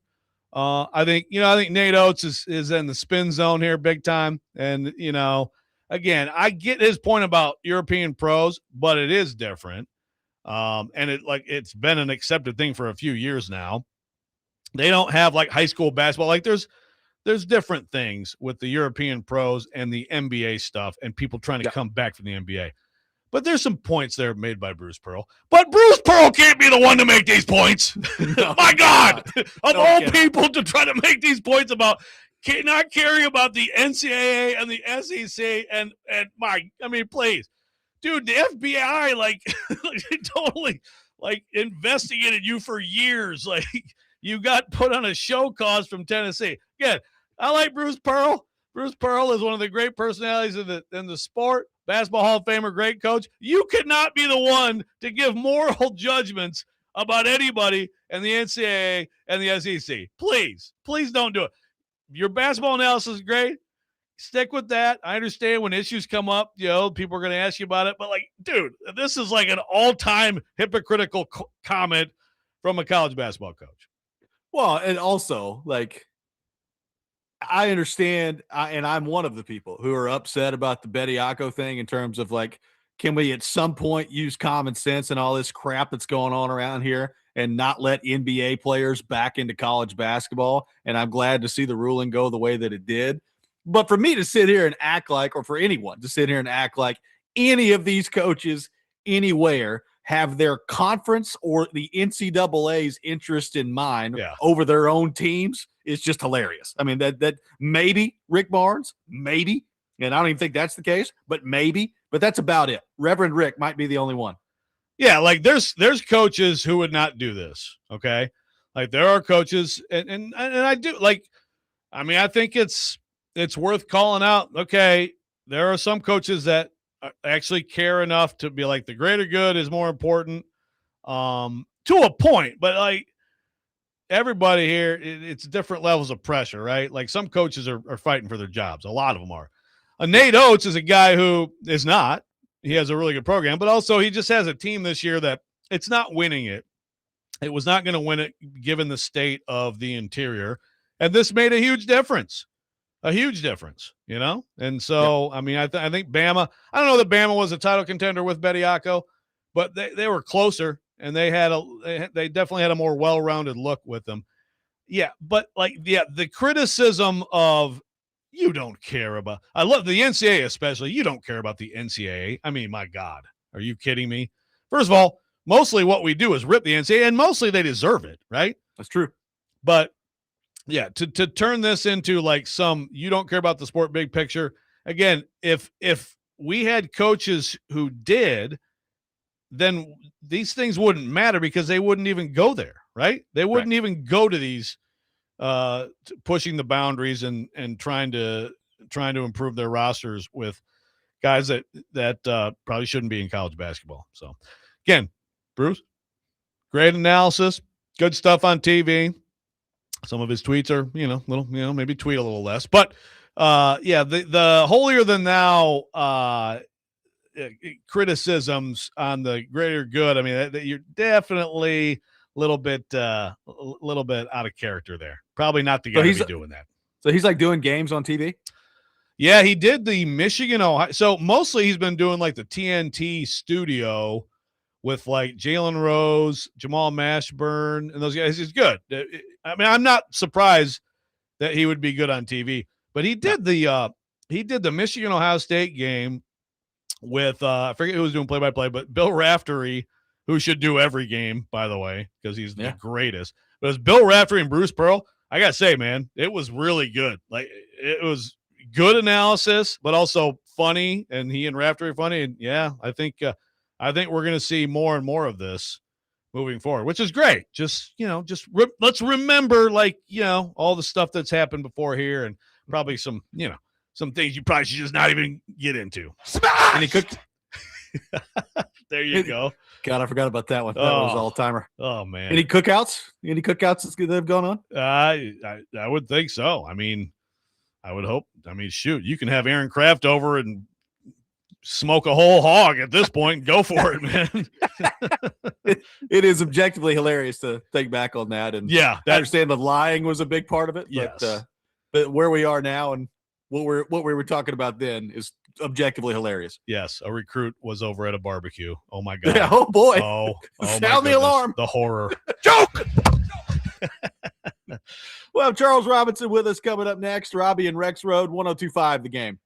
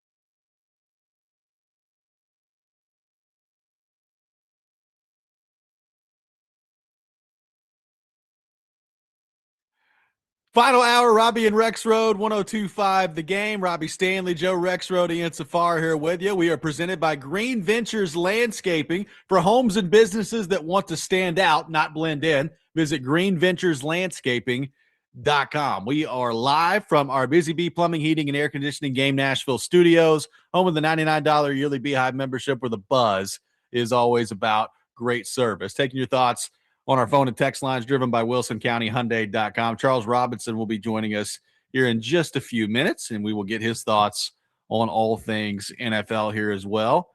Joe, one of the things that I'm very interested to get Charles' thoughts on is how much money is Malik Willis going to make this offseason, and where's he going to be the starting quarterback? I'm very much looking forward to this in the offseason here. Yes. I think we determined maybe somewhere in the 50s to 60s, 2-year type deal. Possibly. We'll see. Dolphins. We'll see. Maybe. Let's head to our phone line, driven by WilsonCountyHyundai.com, and welcome in our friend Charles Robinson to the program. Charles, good morning. How are you? What's going on, gentlemen? How you doing this morning? Pretty good, man. Thank you for taking time to be with us this morning. So let's start there, Charles. It's interesting to look at the quarterback market this offseason. You know, there's Kyler Murray. We'll see what happens with him. And then there's Tua that could be out there too. But the name that I am perhaps most fascinated by is former Titan Malik Willis, that's going to be out there and I think could be a starting quarterback somewhere. So what do you make of what the interest level will be in him, and how much money do you think Malik Willis can make for himself this offseason? Yeah, I mean, it's going to be interesting. It's a lot of the quarterback market this offseason, I think, is going to depend on really what happens first and foremost in some of these places with guys that, you know, at least mid-season, you know, late in the season, we were determined that, they're definitely moving on from Kyler Murray. You know, Tua's definitely out in Miami. You know, Kirk Cousins. Does he want to continue playing? Does Aaron Rodgers want to continue playing? I think some of those answers are going to ultimately affect, you know, where the openings are throughout the rest of the NFL. And you know, Willis, you know, you start in Pittsburgh, because I do think there is an appetite with the Steelers to potentially have Aaron Rodgers back. It's, you know, I know he wanted to take maybe a little more than, you know, a month, 6 weeks to kind of sort out how he felt about last season, what his other opportunities were. And, you know, he sounded, particularly that last week of the regular season heading into the game with the Ravens, you know, whether or not they lost that game and they were eliminated, which obviously they made it into the playoffs, you know, he answered questions and said, look, I'm unknown, you know, when it comes to my future in the NFL. It didn't sound like this was it for him. And I think there are a lot of people who still think there's a chance that, look, if Minnesota's interested, I think he would be interested. I think if Pittsburgh is interested and he feels like he wants to play for Mike McCarthy for a season, I think that's, you know, an opportunity on the table for him. I think Matt Stafford announcing he's coming back for 2026, you know, that was one that had the Rams come open and they were looking for a bridge quarterback he would have been interested in. So first and foremost, if he does not return to Pittsburgh, I think there will be some interest in terms of the Pittsburgh Steelers and Malik Willis. I know Omar Khan is interested in a quarterback who's got the ability to move, run, throw the ball. I mean, obviously Willis got a decent arm. I think Khan was impressed with what Willis showed in you know, limited snaps in Green Bay. And, you know, I think that would definitely be a guy that they would look at if Rodgers ultimately decides Pittsburgh's not where he wants to be in 2026, or he wants to retire. So that's the first spot I'd look at. But I'm not convinced we're going to see Kyler Murray get, you know, either released or traded in Arizona. I think they would like to trade him. I don't think they have trade partners out there, particularly not trade partners that are willing to take on the salary of a Kyler Murray at this stage. And I think there's a chance that they may have to ride out, you know, 2026 with him, because they just don't have options. You don't have a trade partner. You don't have a replacement for Kyler Murray. In terms of Tua, I still think Tua is probably the most likely to get cut, and that they'll eat the salary ramifications of it. But I still think that's a conversation in the building right now. You're going to feel like a lot of this gets cleared up, or there's more significant traction once we get into the combine and, pieces start to fall in place. But the offseason quarterback's not great. And you asked about the money with Malik. This is funny because we had this debate over Super Bowl week. A number of writers, national writers, we were kind of going back and forth about what kind of money he's going to be worth. And it's going to depend on how many teams are potentially in play for him. I would think the educated feeling right now is that he's probably a $25 million, average value contract. It's probably going to be a short-term kind of prove-it deal, maybe similar to, money's different, but similar to, the shot that Daniel Jones was really getting in Indianapolis or Baker got in Tampa Bay, where if it's not a 1-year deal, it's a 2-year deal, and the guaranteed money is a little more than 1 year of the salary. So maybe we're saying 2 years, $50 to $60 million with $35 million guaranteed, which essentially says you're going to be our starter next year. If you blow it out, if you play well, if you showcase the ceiling we're looking for, we'll go back to the table after the 2026 season. And then that's when we'll hammer out a real long-term deal that goes beyond just, 2 years of control. So I'm telling you, this is not an easy one because the resume is so short and he's leaving the system and the play caller in Green Bay where he ultimately flourished. Can't bring him with him, and you don't know how much that's going to really change how he plays as a quarterback. Of those guys, what about Cousins? Is there an appetite for Kirk Cousins to be a starter? Is that over? And if it is over, is it time for him to just make the broadcasting move and take Brady's spot in 2 years?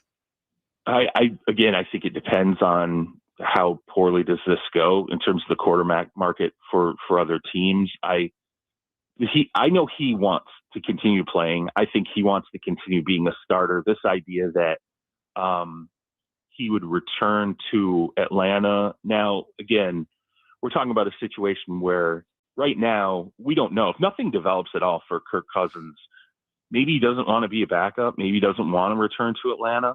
But maybe that's the only thing that's ultimately on the table there. And if it is, it's all going to be dependent upon how this is described to Cousins. So I think he wants an owner to declare, let's say he signs anywhere and he wants to be a starter. He's going to need that to be declared. You're the starter. We are bringing you in to be the starting quarterback, not we're bringing you in to compete.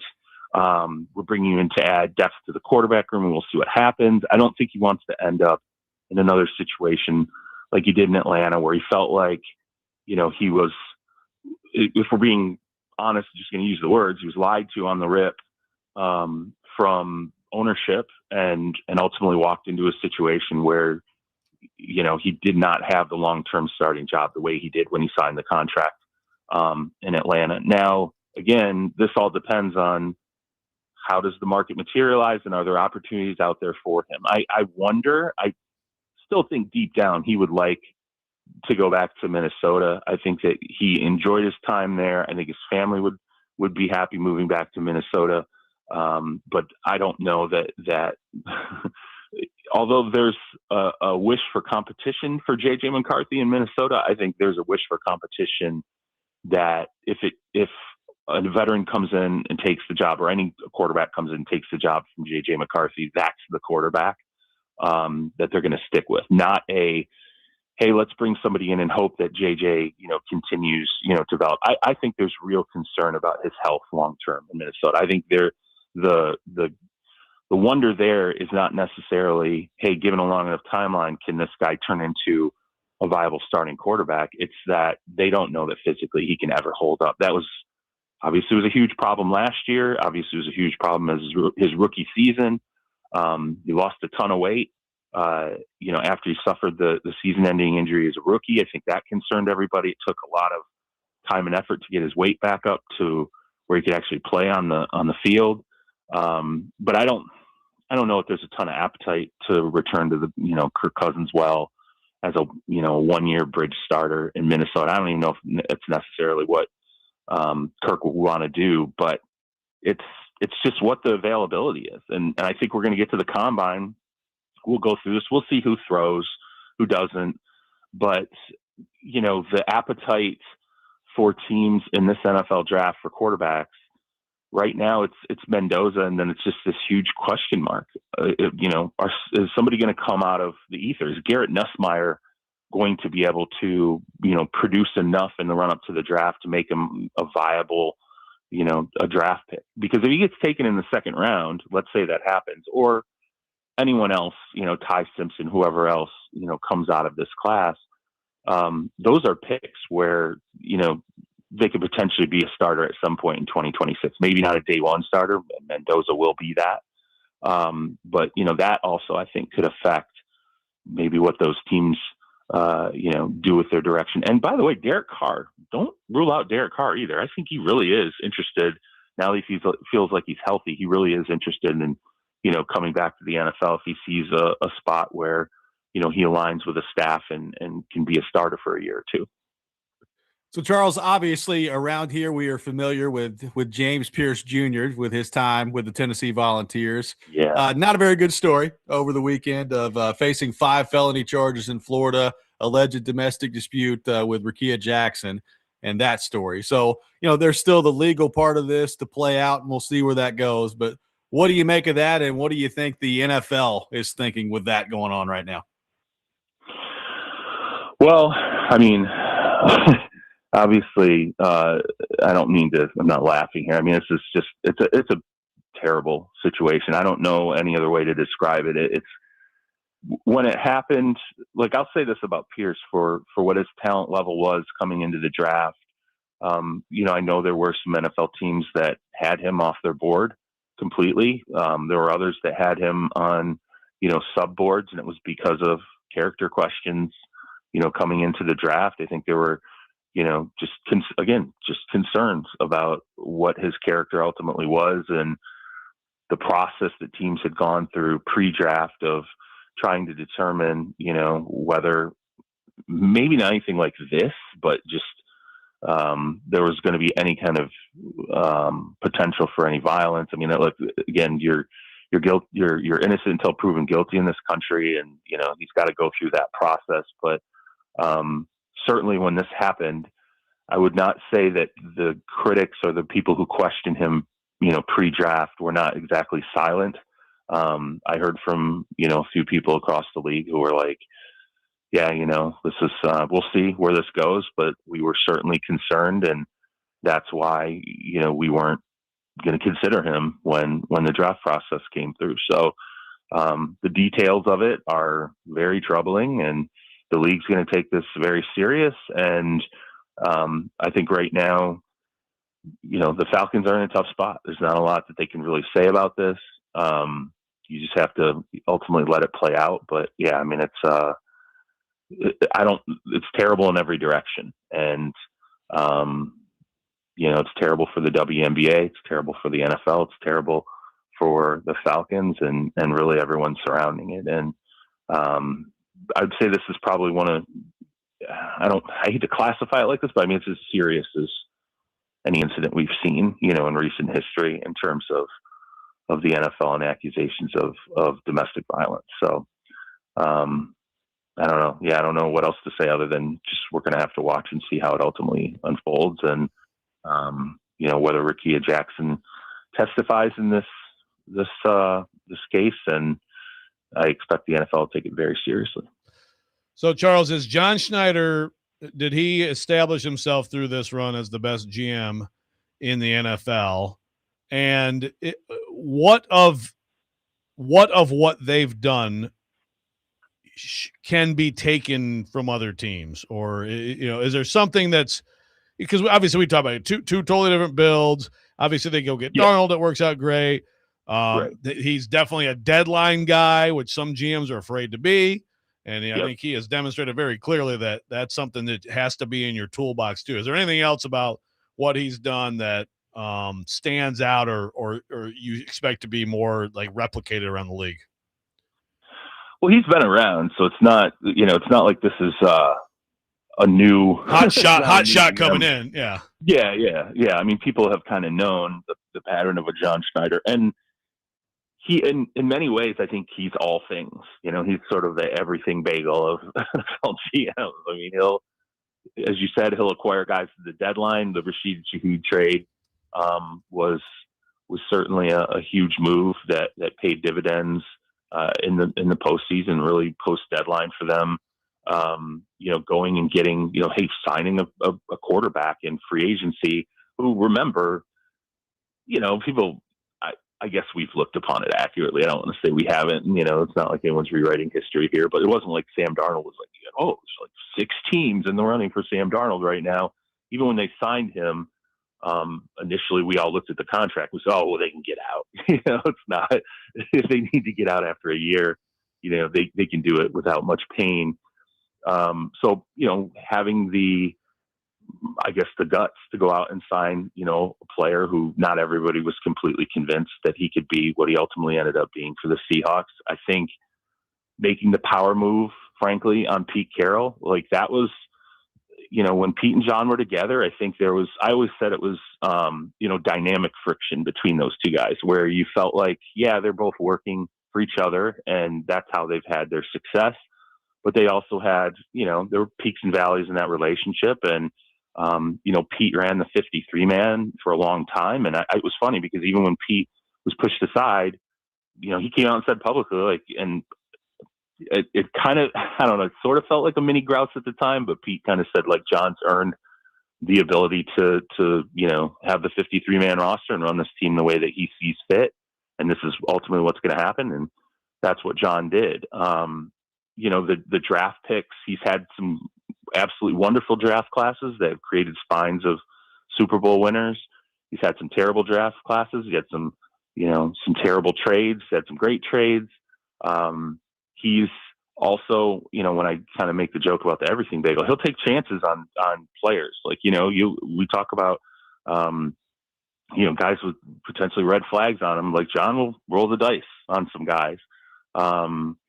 He survived the Jamal Adams deal with the New York Jets, which was a horrible. I mean, it was just an awful deal ultimately for Seattle. And as you said, he rebuilt 2 champions, and he really did it through trades, free agency, and the draft. And I'd say that in terms of what's replicatable, I mean, it just kind of depends on what your stomach is for risk as a GM. Like, I don't think he and Howie Roseman are completely similar, but they are both individuals where I think they will listen to almost any scenario somebody wants to bring to the table. They won't always pull the trigger on things, but they are definitely listeners.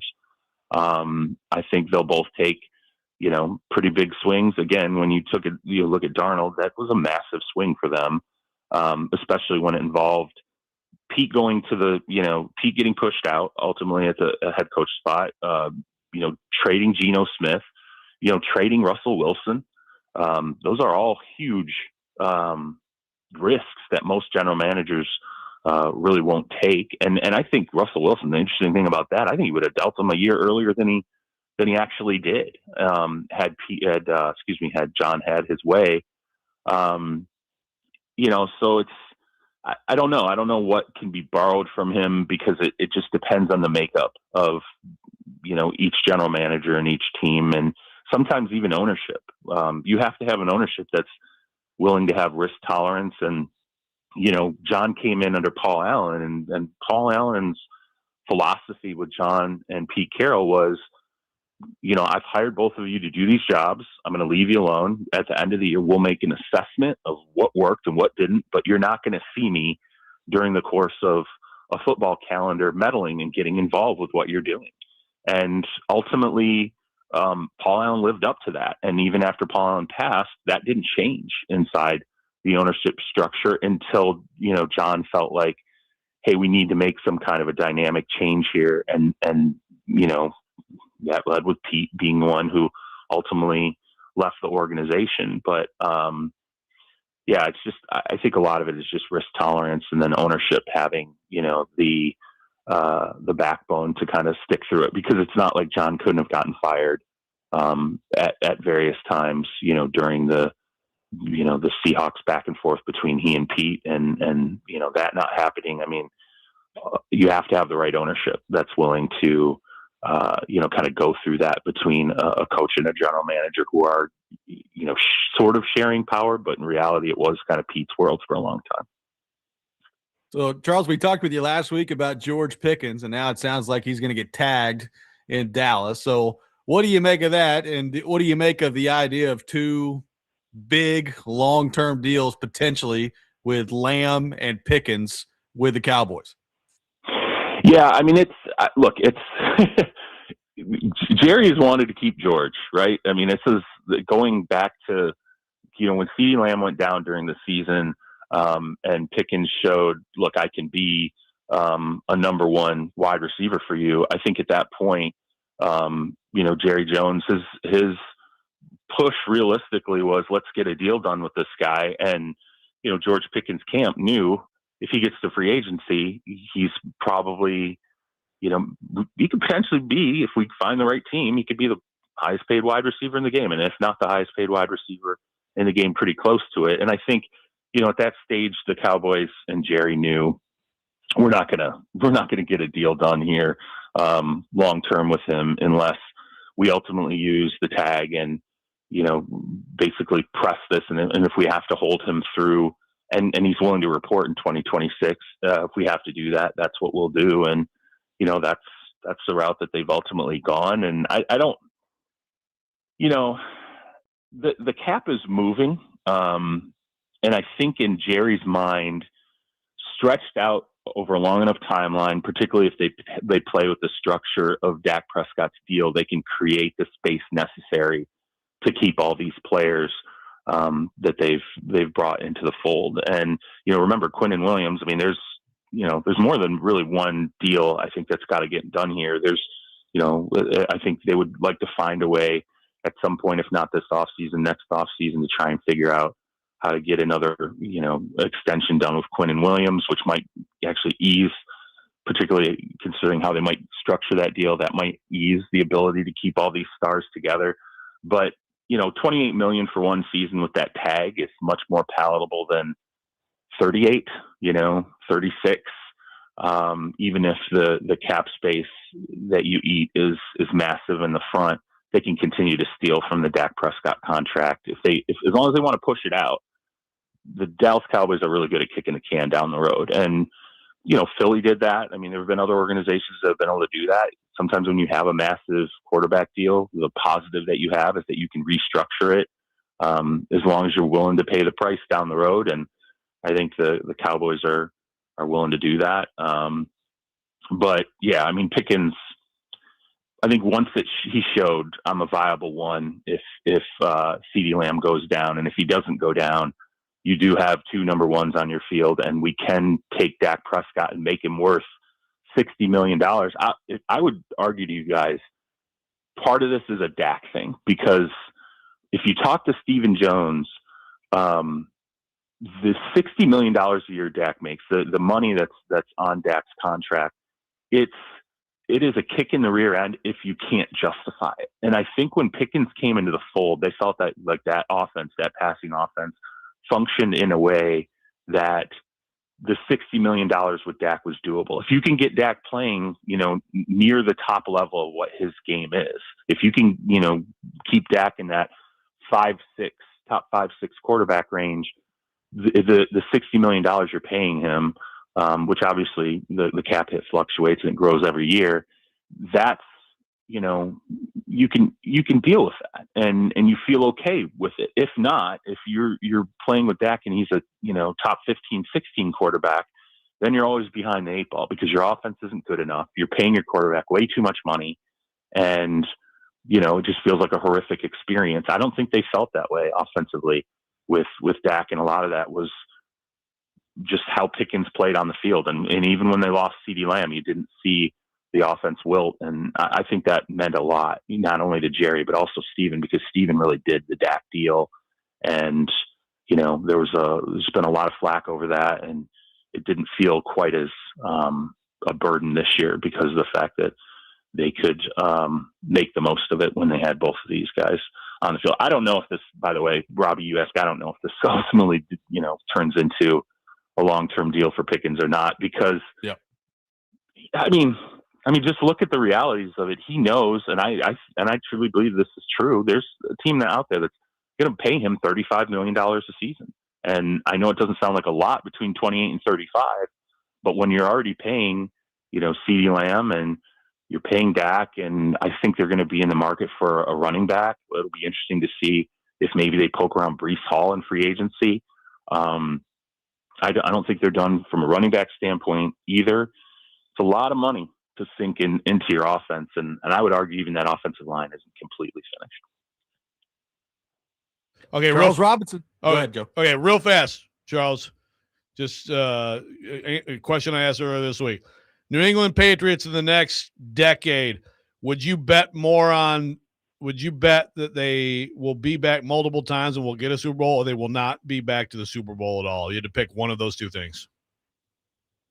Oh, not at all then. I mean, I'm not a multiple time guy. I'm just not. That's too hard. Like, it's the multiple times in a decade. No, I mean, it's who have we seen do that? Two organizations. This is like the Chiefs. Well, three. The Chiefs, the Eagles, and the Patriots in the last, 30 years when we're talking about multiple times and winning. It's just too hard to do. I believe in Mike Vrabel. I believe that they've got a lot of work ahead of them, and this offseason is going to be a really huge part of that. They were not at all a complete team, and you could see it, going into that game. It's the reason why, the roster disparities, everyone was on the Seahawks, and you saw the line where it was, going into that game. There's a reason why it was a blowout. There's a ton of work left, for the Patriots, and I just don't see, I would not classify them, or really most teams in the NFL, 95% teams in the NFL, it's the types of teams that are going to be in multiple Super Bowls in the next decade and win some of them. Charles, great stuff, brother. I'd pick the same way. Yeah, no, I pick the same way. I think most people we've asked would pick that, but yeah, too hard. I mean, there's just a lot of like, oh, of course I'll be back, and it's like, well, I don't know, we'll see.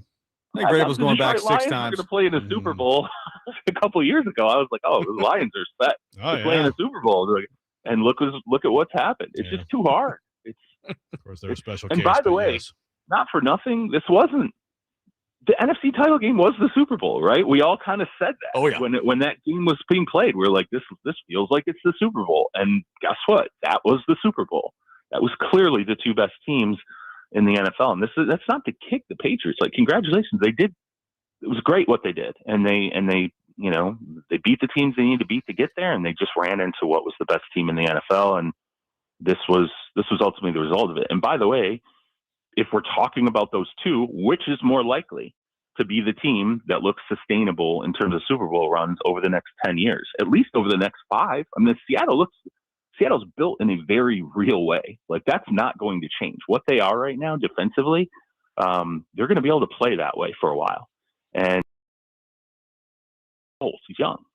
And, so they've got pieces to return again in the NFC. It's just the NFC, next year looks like it's going to be just as tough as it was in 2025. So even Seattle's not a shoo-in to be a Super Bowl team next year, even though I know they're the odds-on favorite. So I just hope we get a better Super Bowl next year, because that'd be nice. I got greedy with good Super Bowls. This one kind of stunk. It sure did. Charles, have a great week. We will talk to you next week, and we'll have a bunch of off-season draft stuff to get to next week. Yeah, sounds good. Right back into the grist mill, right? Right back into it. It feels like we're into it a lot around here. Charles Robinson, our guest, joins us every Thursday morning at 8 o'clock. We'll react to what Charles had to say coming up next. Robby and Rexrode, 102.5 The Game.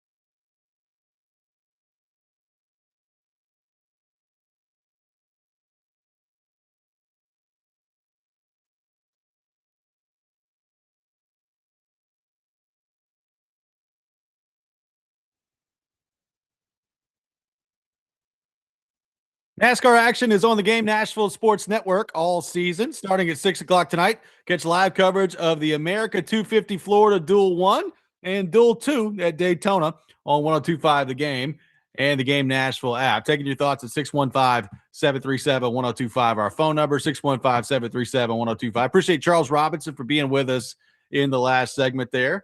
The George Pickett stuff, going to be interesting to see if they actually land a long-term deal there in Dallas. The money that he threw out there for Malik, we had people reacting on the YouTube chat on the text line saying, man, that's a lot of money for Malik Willis. Good for him. I hope he gets it. I'm interested to see how that goes. Yeah, it always sounds like a lot of that's the thing. I mean, that like if it's like 2 years 25, 25 a year, like Charles said, maybe like 2 year 50, 35 guaranteed, or whatever. I mean, that is definitely that's a prove it low money deal for someone who's going to start at quarterback for one of the 32 teams. Sure. And I think I think that's what it should be. It should be a prove it deal. I'd be interested if I was a team that was quarterback needy, but I'd also be, somewhat wary of whether, to buy into him being the long-term answer. Still a lot to prove in my opinion.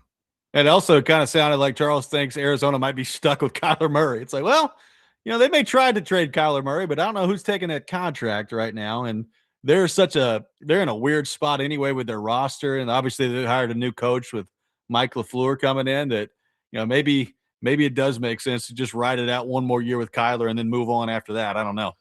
Well, yeah, it probably has to do with whether there is any sort of a trade market. All right. Is it like, if you're the thing about Mike LaFleur, any new coach, in this league, it's you don't have a lot of time to prove yourself. And, it's one of those things. If you're him, Kyler Murray has plenty of talent. Is he, maybe excited about a different, different coach, different era? But you could get yourself a pretty good debut season with Kyler Murray as your coach, and compare that to drafting someone or bringing someone new. It could, in the short term, not be the worst thing. Yeah. But I also, I have doubts about anyone looking at Kyler Murray right now in this league as the long-term answer. I still would put him at the top of the list of all these guys we're talking about, though. When you talk about Tua and Cousins, all these guys, I mean, I still think that there's more there with him than those guys. Well, another thing interesting from what Charles talked about there, and it was in the Pickens conversation, but one thing he talked about, and I think this is going to be popular, there are a lot of teams out there that could use some help at running back, right? Like Dallas is definitely one of them. Yep. We talked yesterday, Joe, about Kansas City. Like, I would not be surprised at all if Jeremiah Love gets drafted at number 9 to the Chiefs. Like, it makes a lot of sense that's where that would happen. But could Denver be trying to upgrade at running back out there? Like, there's, all you got to do is do a Google search of Breece Hall, and there's 31 teams talking about would it make sense for so and so to get Breece Hall in free agency this offseason? So we've talked a lot about, not just him, but upgrading the running back position as a potential move the Titans could make this offseason. And I just think with Hall specifically, there's probably going to be a lot of people that are vying for his services out there. Yeah, well, it's like PK said yesterday when we were talking about Alec Pierce, those guys. It's like we'll talk about him in this market, and then in how many other markets is it like, oh, you got to go sign that guy? Yeah, you're going to sign him, right? And that's where it gets very competitive. And what kind of an edge can you have? With some of these guys, it is the edge of maybe Hall liked playing for Salah, or if Wan'Dale Robinson liked playing for Dable, right? Stuff like that can matter. I think Nashville can matter. Money matters, but how many times do we really see teams break the bank? Sometimes, but usually there's a market and teams are pretty close to each other. Winning is a thing. Absolutely. It's a miserable life. Sure. Of course, you're here for yourself. You're advocating for yourself, trying to get the best deal for yourself and all that, but it's a miserable life in this league to lose. It is for any of these guys who go through it, and it's a much better life to win. And so, there's that too. Do people look at the Titans as a franchise that's on the uptick with Saleh now in his coach and with Cam Ward as quarterback. It's probably the biggest question. I mean, for free agents, we always talk about like the coaches who are interested in this job, things like that. But free agents too. Like, do you think Cam Ward is going to be a good quarterback? Well, and if there's as much interest for Brees Hall, or I mean, name your running back, name your receiver that you're trying to upgrade weapons. If you're the Titans in free agency this offseason, comparatively speaking, how does the Titans situation stack up with like the Cowboys right now? How does it stack up with like running backs a little bit different because I do think Kansas City needs a running back. Are they going to handle that in the draft? Or are they going to handle that in free agency? But I mean, if all things are equal, if I'm a running back, I'd much rather go play with Patrick Mahomes and Andy Reid than I would the Titans right now. So how much more are you going to have to go pay to bring somebody in if you're the Titans? If you're after the same guy, like if the Titans and the Chiefs end up being after Brees Hall, well, the money's probably going to have to be significantly more from the Titans, I would assume. Otherwise, you're just going to go play for the Chiefs if you're Brees Hall. Yeah, I think there's a tax you pay. You could also, like, it kind of depends on your age, what length of deal you're signing. Like some guys obviously like to do shorter stuff and have another bite at the apple. And if you're, running back's different because it's all so limited. But like if you're a Brees Hall, you're going to Kansas City, I still would question how many touches am I actually getting? Or as compared to maybe some of these other places where I know I'm going to get like 20 plus carries every game. Okay, well then what does that mean for my production and like the next time I'm out there? But again, running backs, I guess it's a little different than other positions that look at it that way. One texter said Brees Hall is going to a team that he views as a Super Bowl contender. He pretty much tweeted that the other day. I mean, yeah, that's also up to the other teams too. Like those teams have to sign him. So, if you're the Chiefs, like for example, if you're Kansas City, does it make more sense to go sign Brees Hall, or does it make more sense to sit where you are at number 9 and draft Jeremiah Love? I would probably argue the second point of that there. But and not that the Chiefs are the only option here, but like, I mean, Dallas, right? Is Dallas a Super Bowl contender? Maybe. I mean, they've got a pretty good offense. Their defense is absolute trash. Maybe it gets fixed next year. But like, are you like, if you're Brees Hall, are you viewing Dallas as a Super Bowl contender? Yeah, I'd have a hard time given that defense. And I'd also, again, it's like I look at them and yes, of course, they need a running back. In one way, it would be great to play in an offense with that kind of passing weaponry. But then again, it's the question of, how much you're getting the ball too. But I wouldn't. I mean, the Cowboys fancy themselves a Super Bowl contender. They have every year for their entire existence. But It's gone well lately. I don't think objectively that would be a good judgment to make right now. Final segment of the day coming up next. Continue to take your thoughts on what Charles had to say. Plus, big day. Team USA Olympic hockey back in it today. We'll get into all that. Robby and Rexrode 102.5 The Game.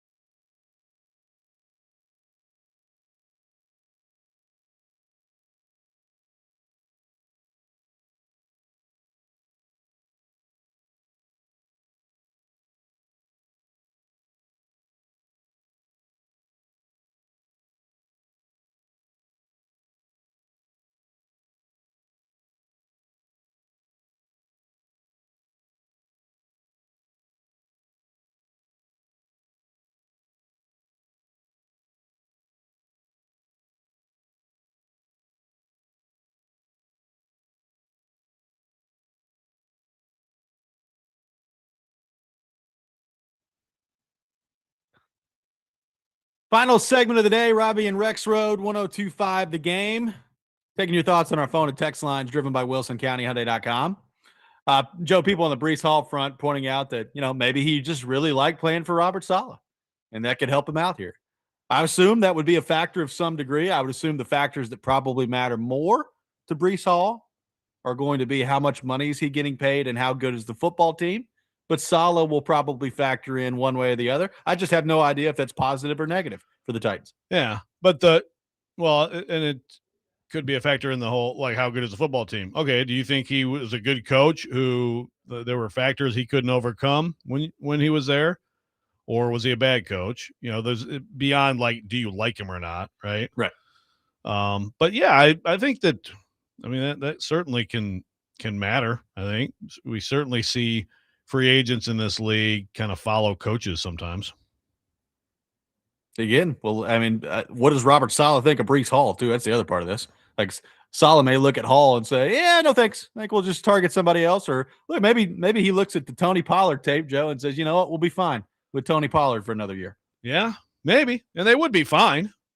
It's just I'd like to see it be a little better. I guess what about the idea of just, looking – so let's see. So Pollard this year, so he's looking at a 9.2 hit on the and it's only 2 in dead. So he's an easy move if you want to move on. What about just Pollard – hoping that Pollard is your second, as your RB2 or your RB1B, and that you can just upgrade and still keep him? How much money are you allocating to the running back? To the running back at that point? I don't know. Well, like, if it's like you got your mind on somebody in the 3rd, 4th round range, then certainly then that would easily add up. Sure. But then you just don't, of course you don't know. You don't know what that back's really going to be until he gets here. Whereas if you go out and sign a free agent, then it's a lot more certainty. So yeah, if you're going into the free agent market, it probably comes in tandem with moving on from Pollard. That would be my guess. Joe, the Olympic hockey tournament is underway. We saw Finland lose yesterday with Saros in net. Philip Forsberg played 1 minute and 7 seconds for Sweden, apparently on purpose yesterday, which is still one of the most amazing things I think I've ever seen. So we'll see what happens with him moving forward here. Today, Switzerland has won 4-0 against France. The Roman Yossi squad gets the shutout. Team Canada is in action at 9:40. They're taking on Czechia. And Team USA, baby, they're taking the push for the gold medal starts today, Joe Rexrode, as they take on Latvia coming up at 2:10. I'm fired up for some Team USA Olympic hockey. Yeah, it'll be fun just to watch them. I think it's kind of fun when you have like these ridiculous dream teams, and then you get to watch like a 7-2 win, which is what my prediction is for today. Kind of just have fun watching them play until you get into some more serious games, and they eventually will come, and hopefully we get what we want to see, which is U.S. Canada. The Forsberg thing is so you said you listened to the coach post game and he said he should play more. Did he address any why of the? I didn't see the actual clip. I've read quotes about how he's confident Forsberg will get in there moving forward. It's like, well, that's great. Why was he not in there now? Yeah, played a minute. He had one shift. Like, objectively, he's one of the top 3 or 4 most talented guys on the team, right? Yeah. Like, it's it's not like absurd. there's no debate. Yeah. Weird. I'll probably watch the Team Canada game for a little bit today, Joe. They've got Czechia that they're playing against, but it is amazing that this is Team Canada's 3rd line. Okay. You ready for this? Mitch Marner, Sidney Crosby, Mark Stone. That's their 3rd line. That's fair. Yeah. That seems enjoy Czechia. 3rd line center, Sidney Crosby, behind McDavid and McKinnon. Might be Blechia for Czechia. Yeah, very nice. Very nice. Not as good as the Latvia one. Yeah, What was that? What Mike? It's gonna be. Got to go back to the beginning of the show. Yeah, I have Latvia for Latvia. I don't know. Best on best NHL Olympic hockey. I'm looking forward to it. We better, Joe, whether it's the gold medal game or right before it, we better get USA and Canada at some point. Otherwise, I'm going to be very upset. Yeah, we got to have it. Trevor's asking if there's fighting. There is not. No, they're not going to be fighting. So, yeah, that's not going to happen, unfortunately. Yeah. We need We'll more. See what happens we need more international violence around here. We do. We do. Need to get the fighting up around here. That's going to do it for us today here on the program. Hope everybody has a wonderful rest of their day. We'll be back tomorrow morning at 6 a.m. Next Man Up with Jake Lyman is coming up next. You're listening to 102.5 The Game.